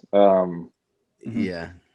I like that matchup for Lewis if he can avoid early. Let's just say this: if he lands that fight-changing punch in the first minute, 2 minutes, it's going to be exciting. Other than that, I think you got a Blades beat down. But I'm only hopeful because I'm such a big fan of Lewis. But yeah, heavyweight's so weird, man. Beast. Heavyweight's such a weird thing to try to call. He's been low, getting his weight down and getting better. So We'll see. Can he stay off his back? I hadn't really thought about the way the division plays out before this conversation, and it all just kind of clicked with me. It seems obvious now looking at those fights. You've got obviously the title fight, Miocic and Francis. I think Stipe wins that again, similar to the first one. We can talk about that. But they've already stated that Jones gets the winner. So the strap is held up for a little bit. So it looks like Blades versus Lewis. You give the winner of that with the rematch versus Volkov. Because Volkov, I mean, he's lost to both of those guys.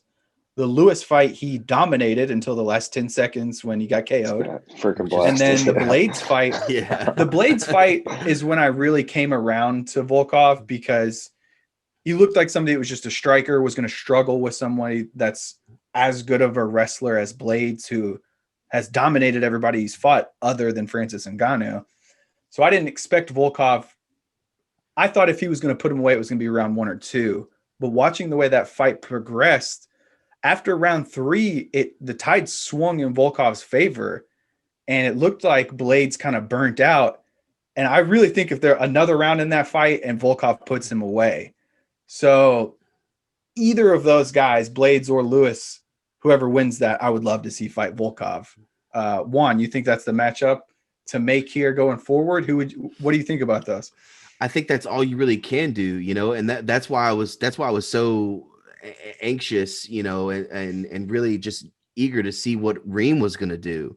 Because right now he's sitting at number 6, and that's not including John Jones, but really, I mean, he's not even included in the rankings right now because he's like you said, I mean, he's going to face the winner of, Stipe and Francis. So yeah, I feel like that's your only options, heavyweight. I don't know. I mean, heavyweight's not as deep, obviously. I mean, I'm looking at the rankings now, and yeah, I agree. I just can't believe Reem lost. I don't know about the Stipe fight, but like I said the last time, remember I said every time I start to doubt Stipe, he wins every time. And he's another champion that I feel like does not get the credit that he deserves. And that's probably just because he's not as outspoken and flamboyant. But I got into a bad Facebook argument with somebody who tried to say Stipe has a glass jaw. I was like, "Are you ignorant? Have you ever watched the Stipe? Did you see the Ngannou fight? Yeah, did you see him get rocked by Ngannou and take it? Yeah, huge fan of his. Yeah, Matt, what do you think of that fight, Stipe and Ngannou 2? Think it goes the same as the first? No, I'm intrigued just because of the level, how much better he's gotten Ngannou each fight. Every time out, he's a different product. He's got a different thing. He's working with a coach that I worked with out there in Vegas. I know what they've been up to. I think they're doing some good things, and I think it's going to be a bit different of a fight because of the takedown defense. I think so. Another thing that plays into that would probably be not just takedown defense, but wall defense, like how you react when someone pushes up against the cage, how you defend it, and then how you strike off of that coming out of it. That mixed with a little bit of an aging, and only not aging because of age purely, but aging because of what the heavyweight division does to you. Those fights with those wars with DC, yeah. I can see this fight going in Ngannou's way just because of the, wear and tear on the chin. Ngannou just being better than he always has been. I think it's a good thing for Ngannou's camp. Do you think if Ngannou ends up beating Stipe that Stipe continues, or do you think he's just gonna go ahead and call it quits? That I don't know. He's already kind of hinted at some stuff, right? He's already kind of said I don't have too many more of these in me kind of thing. And I agree, man. It's heavyweights. Volkov could come out and absolutely stink against Blades or Lewis or who, it's, you get caught by the right punch at the wrong time and it's a night for you. That's why I don't like the division for John Jones. That's cool. And you're one of the best to ever do it, but dang it, dude, you get hit by these people that walk around at 260 or 280 and they got to cut to get to 265. Cut to 260. Yeah. Yeah. I know that's super intriguing. And I mean, when's the last time Jones fought? Long been a time while, ago, yeah. right? And each of his It's last been a couple long fights time. were close decisions that have had some controversy to them too. Right.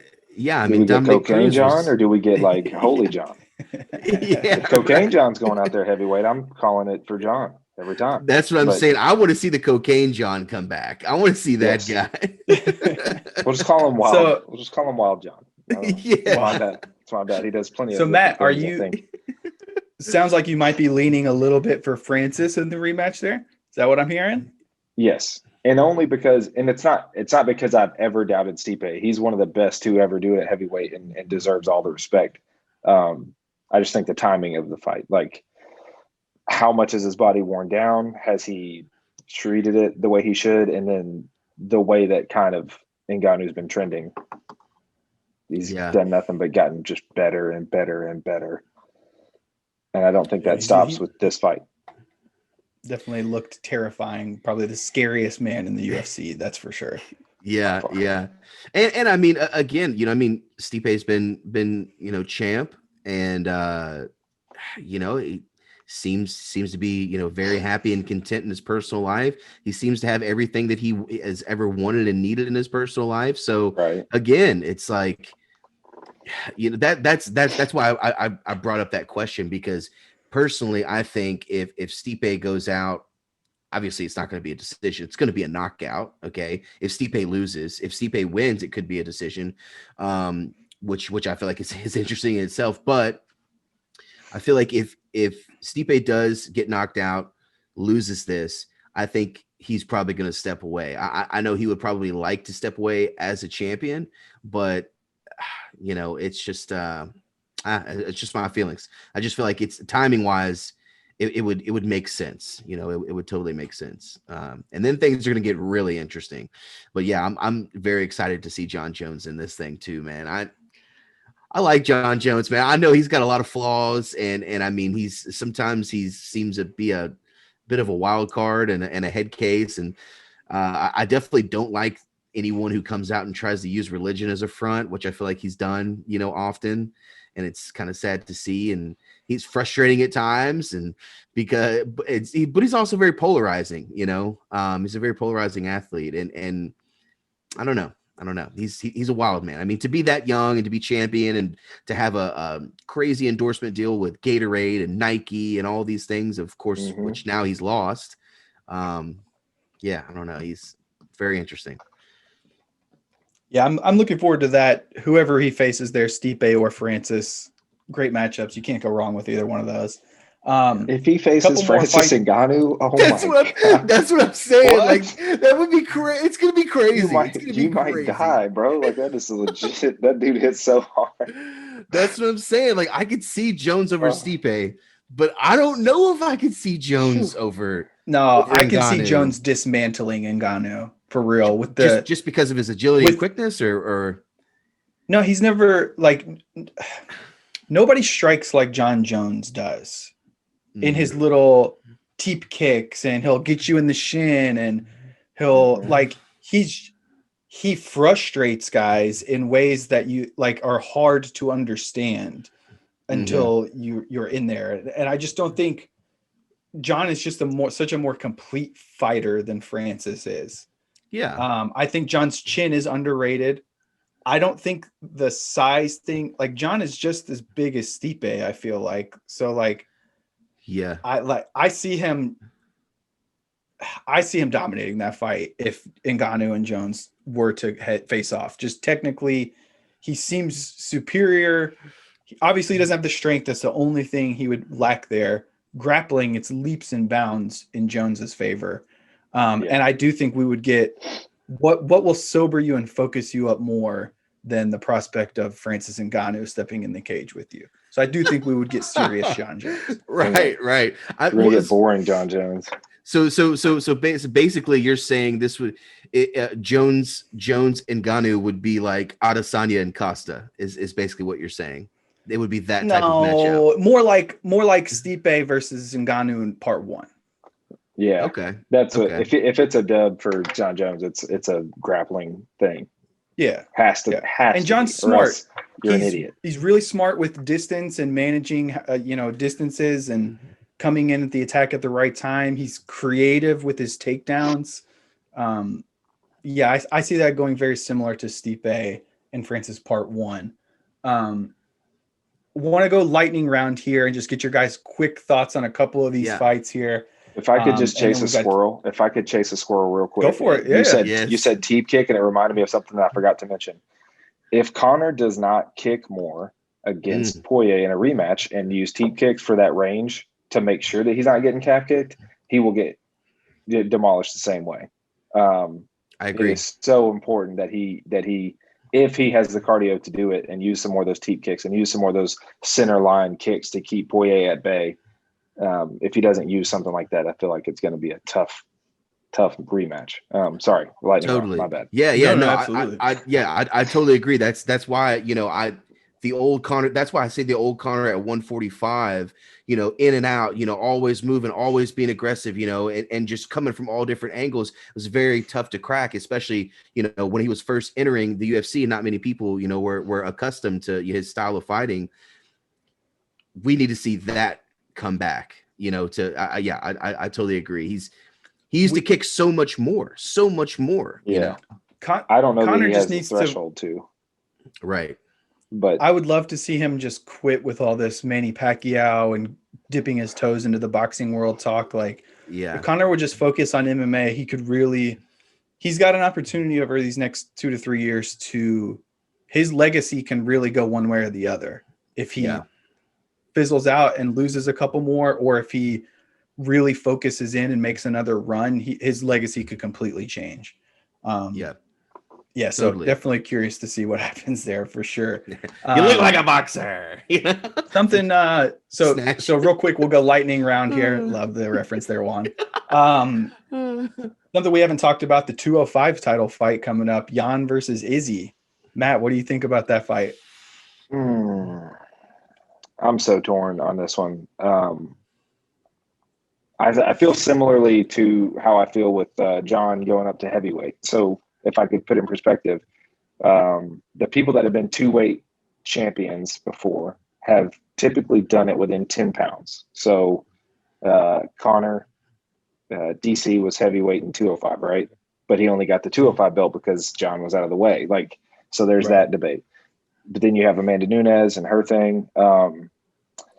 So going up 20 pounds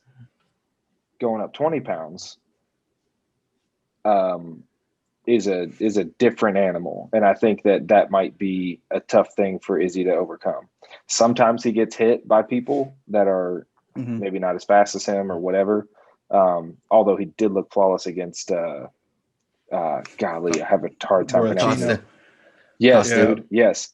Costa, he looked incredible. So if he can move his body the way that he does at 185 or close to, he'll be in great shape because he'll also have that extra weight for as far as having a better chin and so on and so forth. But Jan's ability to land very hard punches scares me for Izzy. So are you asking me to call a winner?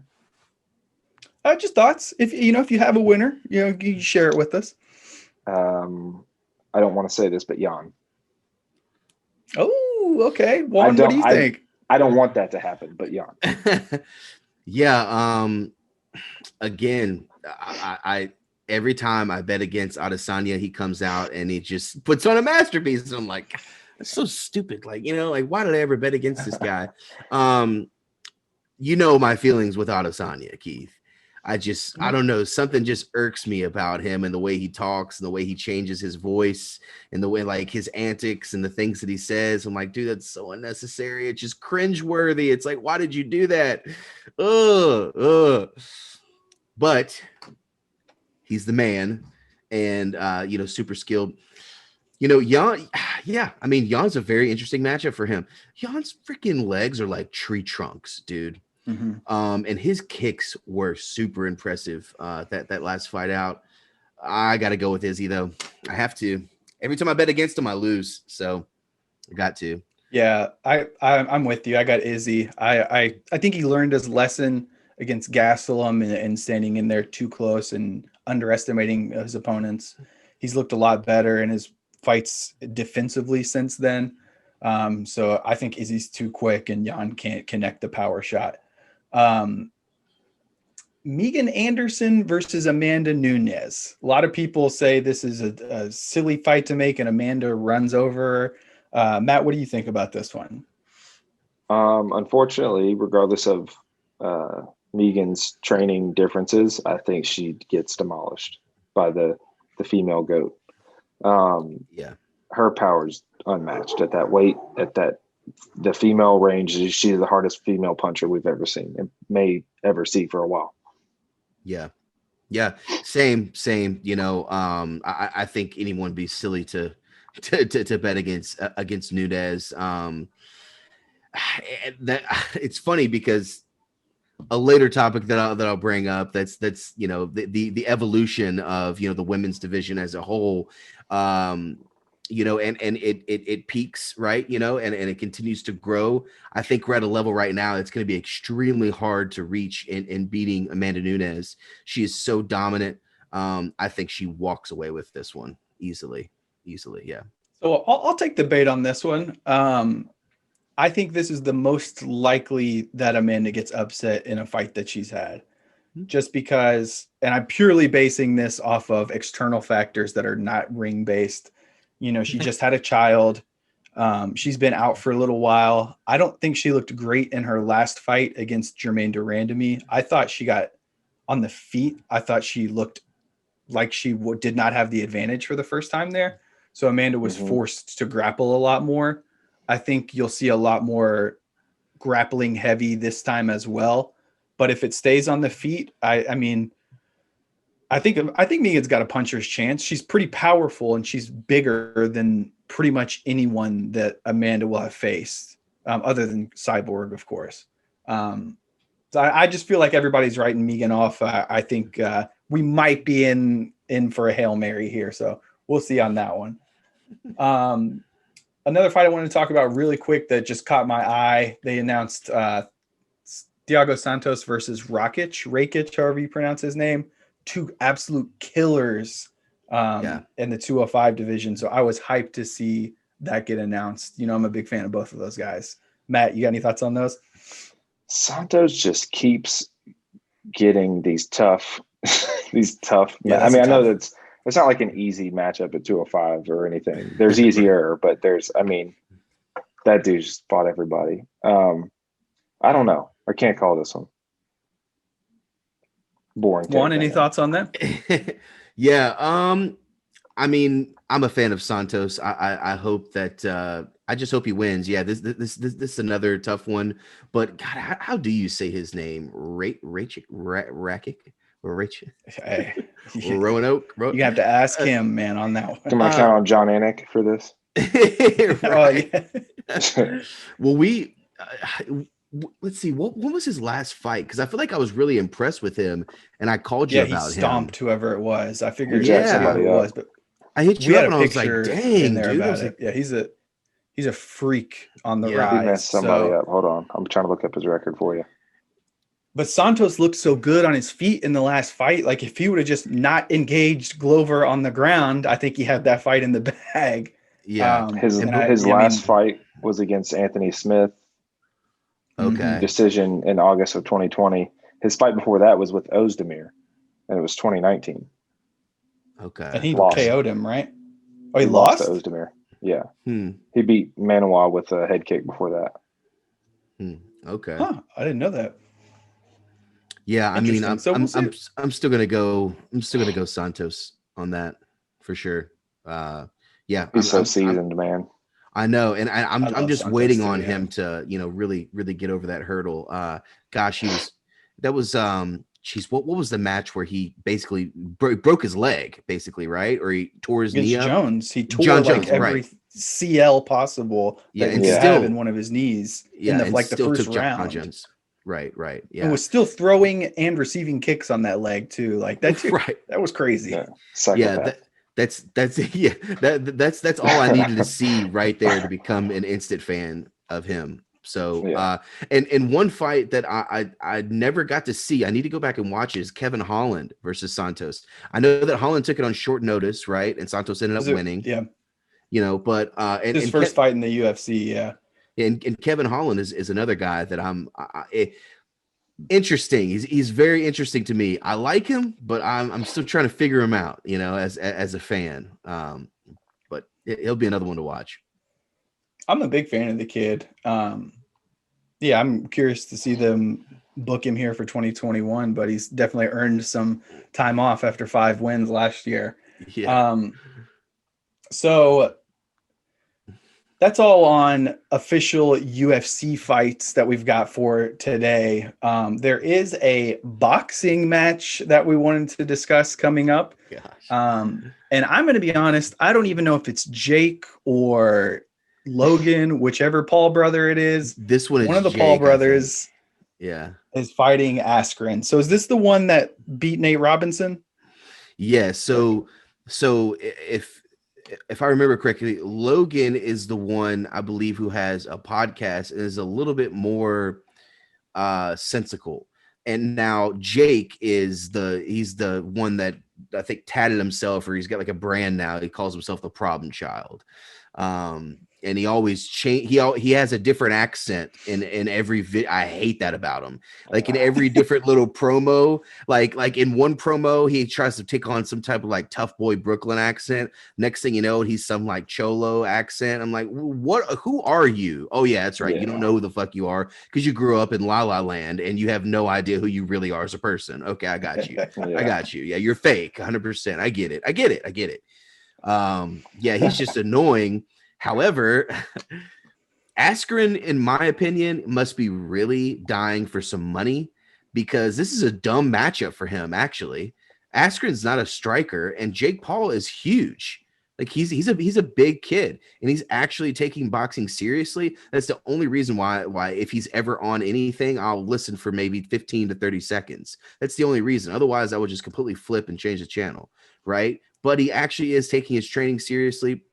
I've heard other boxers say that he's taking his training seriously. And also, I mean, it's kind of silly, but he's training with Jorge Masvidal right now. That's all just a stunt, and then he was posting videos of him doing like the signature running Masvidal, jump punch, right? It's like, dude, you're not going to do that in a boxing match. Like, this is all just gimmick, but whatever. I watched it. You got me, but anyway, yeah, in my mind, I actually think, unfortunately, Jake Paul's going to win this match. Like, he's going to box the shit out of Askren. Poor Ben Askren, man. Like I said, he must really be itching and dying for some money. Must be in a bad place financially. Well, I don't know that that's necessarily the case. He did say he was going to make more on this fight than he did in any of his other fights in his lifetime. Yeah. I don't necessarily know that he's hurting. I just think that he got the fight because of what you just said. He's not known as a striker. So if the Pauls are going to beat any UFC fighter, it's going to be somebody like a Ben Askren, who is a grappling base, who is not known for striking, and it's only a boxing match. So it's not like it's a UFC fight where the grappling comes into play there. Right. Matt, what's your take on this fight? Do you like this fight happening? Do you think Paul stands a chance? So what are your thoughts here? I'm torn. So I don't really like the gimmicky fights. I don't like the Jake Paul calling out people, but Askren took the bait. It's now we're here, so we might as well watch it. I mean, I'll probably a ton of guys took the bait or whatever. I mean, so many UFC fighters were like calling them out, trying to get this fight. If it's anybody else in the 170 division, I'm talking like up to the 25th person on the roster, they're probably smoking Jake Paul. Yeah. But it will be more even than some people may think.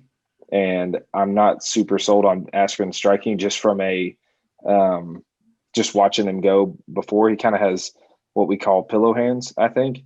Because I've seen him punch people on the ground, and it looks like you're punching your brother or something in the ribs, and you're like, Quit hitting yourself. Quit hitting yourself. Yeah. So I don't think he necessarily loses, because I believe in the wrestlers like mind and how they can just warp a situation. And we've never seen Ben Askren on just solely striking training ever. Right. Mm-hmm. He's never made it a priority. He's always just taken people down and mauled them. Outside of when he got into the UFC, he's got a new hip, so we'll see how mobile he is with that. We'll see how he uses the clinch to his advantage. So I expect a lot of tie-ups and trying to wear on Paul's shoulders early so that those punches don't have as much sting on them. And I really think that Paul has a great shot at winning, but that is solely dependent on Askren's strategy and how much he gets it in, like boxing, just strictly boxing and learning how to dirty box the right way. From what Askren has said in the media, his strategy is to play defense for the first 5-6 rounds or so, and then kick it up. And his plan is to round 8 really start putting it on him. You think that's the right kind of strategy, kind of wear him down like that? I think the only thing that's not said in that strategy is he's going to grab a hold of Paul several times. Right. There's a difference so like when you clinch up as a boxer, there's a difference in the way it feels and the way how strong somebody is, like a boxer versus a wrestler, just with the muscles they've used their entire life since Ben Askren was 10 or some shit. He's been using these muscles and fine tuning them. Well, and the Paul brothers were wrestlers too, right? Were they? They were wrestling. Yeah, they both have a wrestling background. I think they both might have even wrestled in college, but I know one of them definitely did. Yeah. I'm about to look it up. But so that being said, I guess what I'm trying to say is the way that you mix your striking with your grappling is important in this fight because of the knowledge of Ben Askren. And I would point back to the Conor McGregor Mayweather fight and how those clinch exchanges went heavily in favor of McGregor, because MMA grappling is just so much different. I know you can't really use it that well in a boxing fight, but depending on how the ref is, which I'm assuming the ref will be very breakup, like as soon as there's a clinch, he's going to break it up. He's not going to let him work out of the clinch, and that's fine. But I think it'll weigh down on Paul's like shoulders, and his punches won't have near as much pop as they did when Robinson was fighting him. That was part of Robinson's strategy too. I don't know if you guys noticed that, but he clinched up quite a bit to try to stop that. There was a lot of clinching, and I feel like Nate at first it seemed like a strategy, but I feel like as the fight progressed, that was just his only hope, because he was getting rocked. I mean, that was one of those. I mean, I know it was a gimmicky fight, but dang, dude, like it was kind of sad to see, and it also kind of made me think, like, Nate, bro, like, what were you thinking, man? Like, yeah, you're an amazing athlete, but again, this kid has been taking boxing seriously now for over 2 years, I believe. You know, I mean, he's not just going to kickboxing classes at a local gym, you know, or boxing workout classes at a local, you know, I mean, he's actually got trainers and he's got the money. He's bringing in actual legitimate boxing coaches and trainers. So it's interesting, and I'm almost frustrated we're even talking about it, but it's relevant. Like, I hate this kid, man. It's so annoying. Yeah. Also, I definitely give Paul just a little bit of a chance, just because it's Askren. Like we said, you know, if it was any other guy at 170, no way. But yeah, I just don't see Askren. Like, his only chance is to wear him down and then do something at the end. Like, I just don't see him possessing the power, especially with whatever the 12-ounce gloves, to really do any significant damage during that fight. I will say this: those gloves aren't as protective as they might seem from afar. Now, the ones they wear in exhibitions may be poofier than like the ones they wear in pro fights, but they're not really that padded. Because it's like but there's a difference between those and the 4-ouncers, though, right? Like, if Askren can't knock somebody out with the UFC gloves, it only goes to stand that you would think he'd be less impactful with the bigger gloves. There's some level. It's mainly the mass. It's mainly the mass of it. Like, the padding, 4 ounces is concentrated, like, you know, from here back to here. So it's less weight and all that, and the padding's a little bit thicker. But the boxing gloves some of them are thin. It depends on what brand you get. It depends on what brand they agree to. All that stuff will play into it in some way or another. But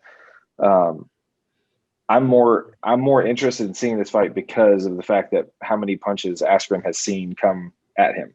So regardless of how great offensively he was, he's still seen, I don't know, a couple 100,000 more punches than Nate Robinson ever saw. Just learning how to move your head the right way, the right time. It'll be interesting to see if he can actually wear down the Jake Paul some and just beat on him a little bit. We'll see if that actually happens. Yeah, I mean, more punches than Jake Paul has ever seen in his life, for that matter, too. Yeah, absolutely. It's a really good point. Yeah, it's a really good point. Yeah, and the glove thing also. That's another really good point. I mean, shit. That's I don't know if y'all remember correctly or not. I mean, I grew up, massive boxing fan, and that was what delayed and held up the Floyd Mayweather and Manny Pacquiao fight for so long, is they had a year-long freaking debate about what glove they were going to. Floyd wanted his particular gloves, and Manny Pacquiao just consistently said no, and that was like a year-long debate, and it delayed the fight, man. That's another really, see really them in good their point. prime. I know it. Yep. Most disappointing fight other than Lewis and Ngannou that I've ever seen. I actually still worked at Trust when that fight went down. I don't know if y'all remember those days, but I remember watching it through Bellini's window. Nice, man. We had wild times back in those days for sure. Okay, so final take here, Matt. Who you got? Oh, in that boxing fight. Jake Paul. Until I see some striking out of Ben Askren that is better, which I don't know that he's going to release any, which is freaking brilliant, because we won't know what we're going to get. Like, he could just be sitting on his ass and trying to collect $1 million paycheck. Yeah, right. Who gives a shit? Right? He's already been knocked out, in 3 seconds. The most embarrassing way possible. Oh my god! And they keep running it back too, like just the highlights they run back. It's brutal. Yeah. Until I see some striking come out of his Instagram, I think Jake Paul takes that one. Juan, same for you? Yeah, and that's another good point too about Askren. And I mean, I could totally see that. I mean, Askren is a troll from way back. He is one of the OG trolls, and he relishes in that role. So yeah, regretfully, I'm gonna say Jake Paul. Yeah, I'm gonna say Paul. He wins the fight. I'll take Askren in this one. I just think he's a little more clever, maybe wears him down. By the end, he's the only one with any gas left in the tank and wins those final rounds. So I don't feel confident in that prediction by any means, but I just got to go with the experience of at least having combat fight experience. So I'll 60-40 take Askren on that one. Yeah. No, that's you're right though. That'll play a huge like the lights, right? Like how many now Jake Paul's used to having a camera in his face and all that stuff, but it's not the same as just fighting. Once you're in there, it's just you two, and there's going to be a lot more close contact than he's used to. So should be interesting. Well, this will also be the first matchup he's faced a real fighter, like an actual fighter too. So, and it's only his third fight, but Askren, he's so goofy. I gotta say, just before we wrap that up, I love the whole celebrity boxing thing. I like just going back to like celebrity deathmatch in the 90s, and obviously being a wrestling fan again, just like so many wrestler like Floyd and Tyson and Carl celebrities have gone into the wrestling world, and then the boxing world as well. You've got all these like 50 Cent calling people out and Wiz Khalifa training and all this stuff. And I love it. I think it's fun. Dude, Wiz might put a freaking beating on Jake Paul if that ever. That'd be great if they like did some Muay Thai or something. That'd be fantastic. He looks like a monster. He's shredded. Yeah, he's shredded now. He might put a beating on that guy. Yeah. And again, another person who's taking it really serious. Yeah. So. All right. Well, gonna wrap it up here. We got an interesting discussion that Juan and I have continuously been having for quite a number of months now. Oh no! I guess Juan, why don't you're the one that feels very strongly about this. Let's let you take it away and explain to the folks what you're feeling these days. It's funny because my lighting just went off and it got really dark, so this conversation might lead that way. No, so okay, yeah. I'm sitting here and I'm watching the women's divisions, and it just kind of two things. Number one, I'm sitting there, I'm just like, wow, these women really from, it's easy to say number 1 through 10 are so impressive, but really top to bottom through each division, they're so impressive now. And a lot of that I would say is credit to Ronda Rousey, because Dana was always very very vocal in his stance of the UFC will never even have female fighters, right? I mean, he that was his stance from day one. And she was definitely one of the ones that changed the game in Ronda Rousey. But so before I go into this, I will say all due respect to Ronda Rousey. Okay. She was an innovator. She definitely changed the game. She, as far as the female division goes as a whole, but at the same time, and I remember thinking this as I was watching her last two losses, and I feel like that showed the evolution and the rise of the female division. Okay. And it also showed how elite these women are now and how well rounded they are now, especially when you get to a championship level. But in those two losses that she had at the end of her career, she looked amateur. And something that I always noticed about her, when like she would come out and just be so just in her head aggressive and just just I'm gonna tear this girl up, and she would just run right at him and just get him to the ground, and I'm gonna break your arm, like and it made me think, like, going back to playing football, whenever I would have my best games, I would come out in pre-games, and I would be hyped, but I'd be super relaxed, and my body would feel loose, and I would just my movement would just be so much better, and I would just feel a lot more just a lot more agile, and just a lot more easy just to be in attack mode, right? And watching her, she's just so freaking awkward. And yes, she's dominant on the ground, right? Totally dominant on the ground. But that she was so one-dimensional. And that's why I say, it shows now the evolution of the female fighter, and just the rise to that elite status is now when you get to a championship level, all these women are so good all the way around, all across the board, right? Maybe she had one knockout, with punches, and that's because she was on top already. But I don't know. It just made me look back and think. And as I'm watching her fights again, always impressive. She's if she gets your arm, it's game over. Okay, we all know that. But she just looks so awkward when she looks stiff up top. Her from her waist up, she just looks so stiff and so awkward, and she wants to rip you apart, but she doesn't know quite how to do it. And whenever she faced, for instance, Holly Holm, I mean, dude, Holly Holm just pieced her up. I mean, she was circling around, lateral movements, which, in the past, Ronda would just completely bum rush you, grab a hold of you, hip toss you, and then you're down to the ground, and then it's game over, right? That's why, she had so many fights that were so quick. And yes, that is extremely impressive. But as the evolution of the female division and started to happen, and the rise of the overall elite, kicking, all striking, kicking, punching, grappling, jiu-jitsu, all this, whenever she faces a fighter like that, you see what happens.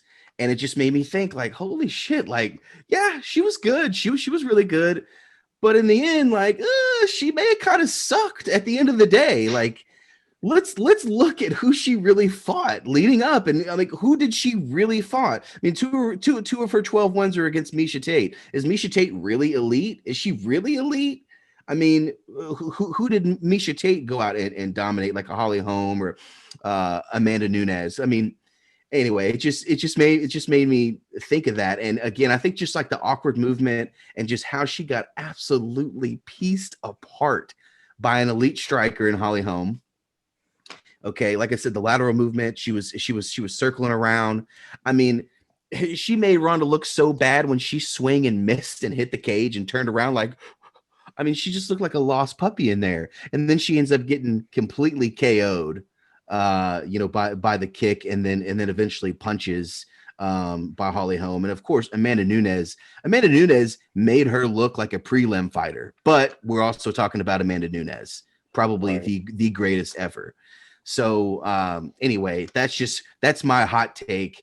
Like I said, I absolutely love and respect what Ronda Rousey did for the female division, and what she did for female MMA, and I think a lot of the female fights are super exciting.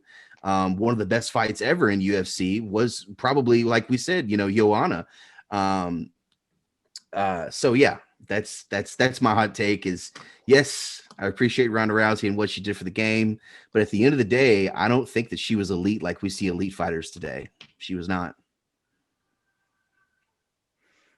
What do you think down there, Matt? What are your thoughts on that? Juan knows how I feel, so I'm gonna come in and wrap us up here. But what are your thoughts? Less of gosh, it's so hard to like put into words the right way.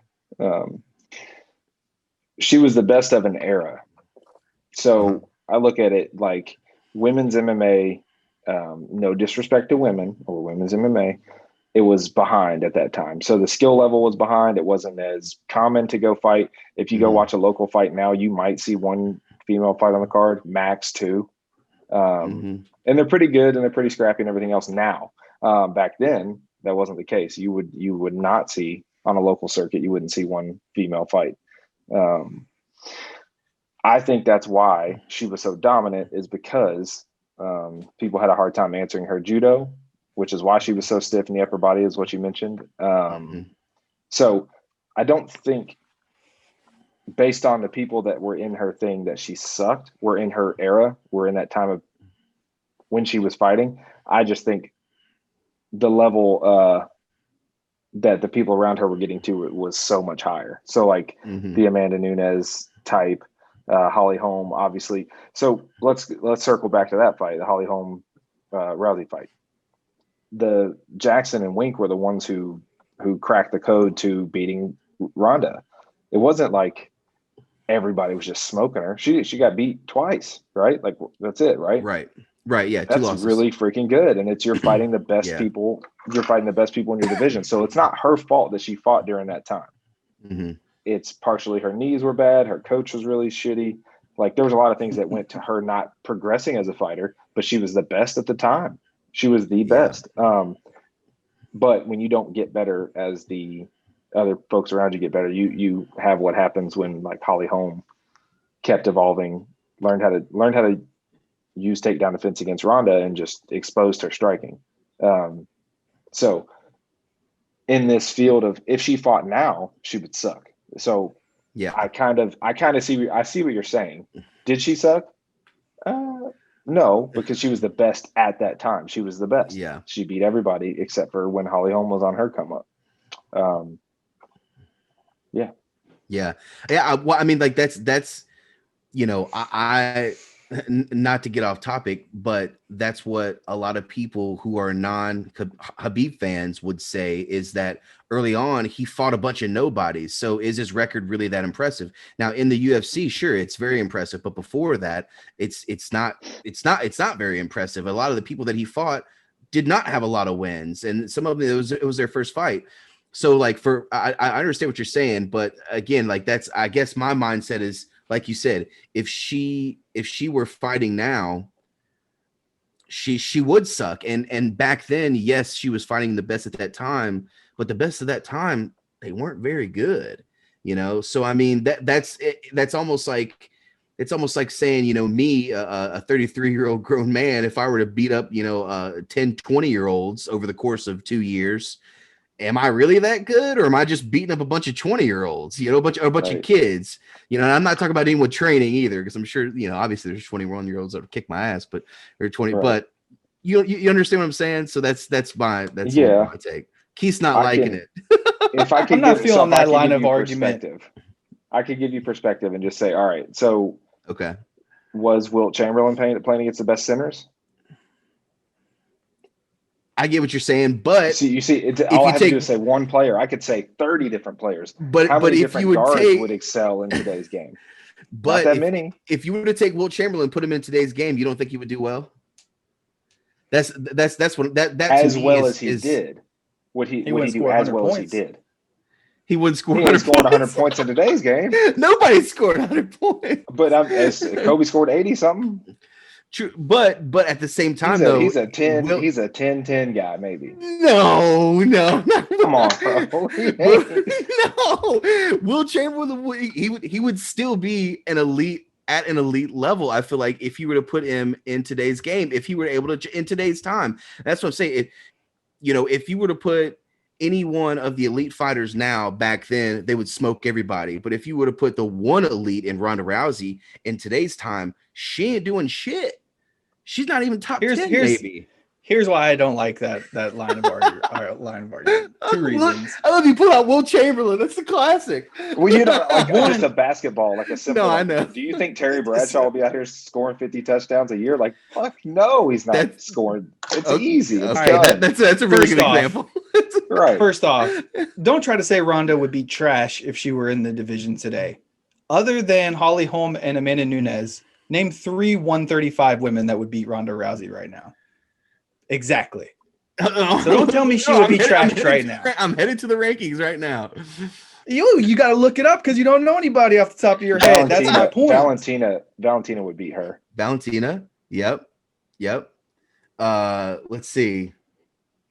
I wasn't. You know what? Jermaine. She's 25. She's not 135. I think Jermaine beats her. You know what? I would But take. she could go up to 35 and beat her. I would take Nama Nunez. I would take Rose. I would take Thug Rose over Ronda. No. Juan, no. That's a 20-pound difference. That was a 20-pound difference. That was That's what I'm here's a talking couple about. of things. Just a couple of things real quick on Ronda. Holly Holm was brought into the UFC to defeat Ronda Rousey. There was nobody that was giving her competition. It was boring. You knew it was going to happen. The fight before Holm, she fought Beth Cahaya, knocked her out on her feet, didn't have to take her down in 34 seconds. She was dominating everybody. I remember that. Yeah. Okay. Yeah. She beat Kat Zingano. I don't know how beat she Sarah did that. McMahon. Yeah, right. Got her She up beat against Miesha Tate twice. The way she beat Betch. She beat everyone that was big at the time.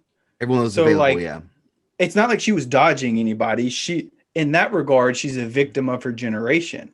But you could say that about anybody in MMA. Rich Franklin's probably my favorite fighter of all time. When Anderson Silva came in, he dominated Franklin twice. The second time was worse than the first. Does that mean Rich Franklin sucks? Well, no. But still, though, the overall level of competition back in that era was leaps and bounds. The overall level of competition in the women's division at that time. I get that she was a victim, just of her era, but that's that you could say that for any division in the UFC.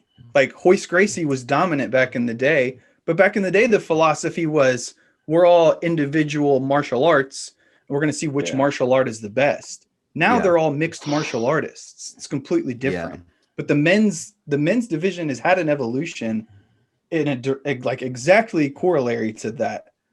So like to try to say that Ronda is trash, like that's ridiculous, dude. Ronda put women's MMA on the map. Like, and I give her that respect.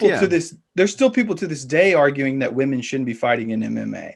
So what she did to be able to break through and make it not quite mainstream, but where it is at least now, like she's a pioneer, dude. And like, I don't care if she would have come back and fought 10 more times and lost all of them. Like, she's a badass, dude. You can't say Ronda Rousey sucks. I have an example. Another one. I know I'm bringing random sports into this, but like, all right. So would Michael Jordan have as much success in today's game as he would have back then, or would he have to learn how to shoot the three better? Are you going to be mad at him because he didn't shoot as many threes? Is he not as good at this as the others that are in his thing. Like, those are just the folks he played against. That was a style of basketball they played back then. I look at it kind of the same way. Like, that's just who you had to play against. Yeah. That's it. She fought the who's who of her division, and then they came up with the blueprint to beat her, and it just everyone did it after that, And then, to be fair, we didn't know that Amanda Nunez was going to be who she is now when she fought Rousey. Yeah. We knew she was good, but we didn't know she was going to be who she is. I think after she destroyed Rousey the way she did, like I said, she made her look amateur in that fight. I mean, it was crazy. I mean, watching it back this morning, you almost feel sorry. I mean, it looked like Ronda was about to cry as she was getting rocked in her face. I mean, honestly, I was like, oh my God, man. I mean, she just got embarrassed. And I don't know if you remember or not, in that one, she actually she stumbled around the octagon on that one because it was a TKO. It wasn't a knockout. Yeah, she was stumbling. She was stumbling around, and then she just stood straight, but her knee was kind of like hyperextended. She just looked there. She was just completely out of it, And it's almost like, dang, that's kind of sad. But she faced an elite, complete fighter in Amanda Nunez, and Ronda Rousey was not that. She was not that. She is, though. That's not true. Like, she's not Amanda I don't think Amanda is the fighter. Consensus GOAT. She's the consensus GOAT. So I think holding her as the standard is completely unfair. Yeah. And to say that Ronda, like, Ronda was judo heavy. Too, though. Yeah, and Holly Holm was a world champion kickboxer before she ever came into the UFC. So it's not like she's some slum they pulled off the streets.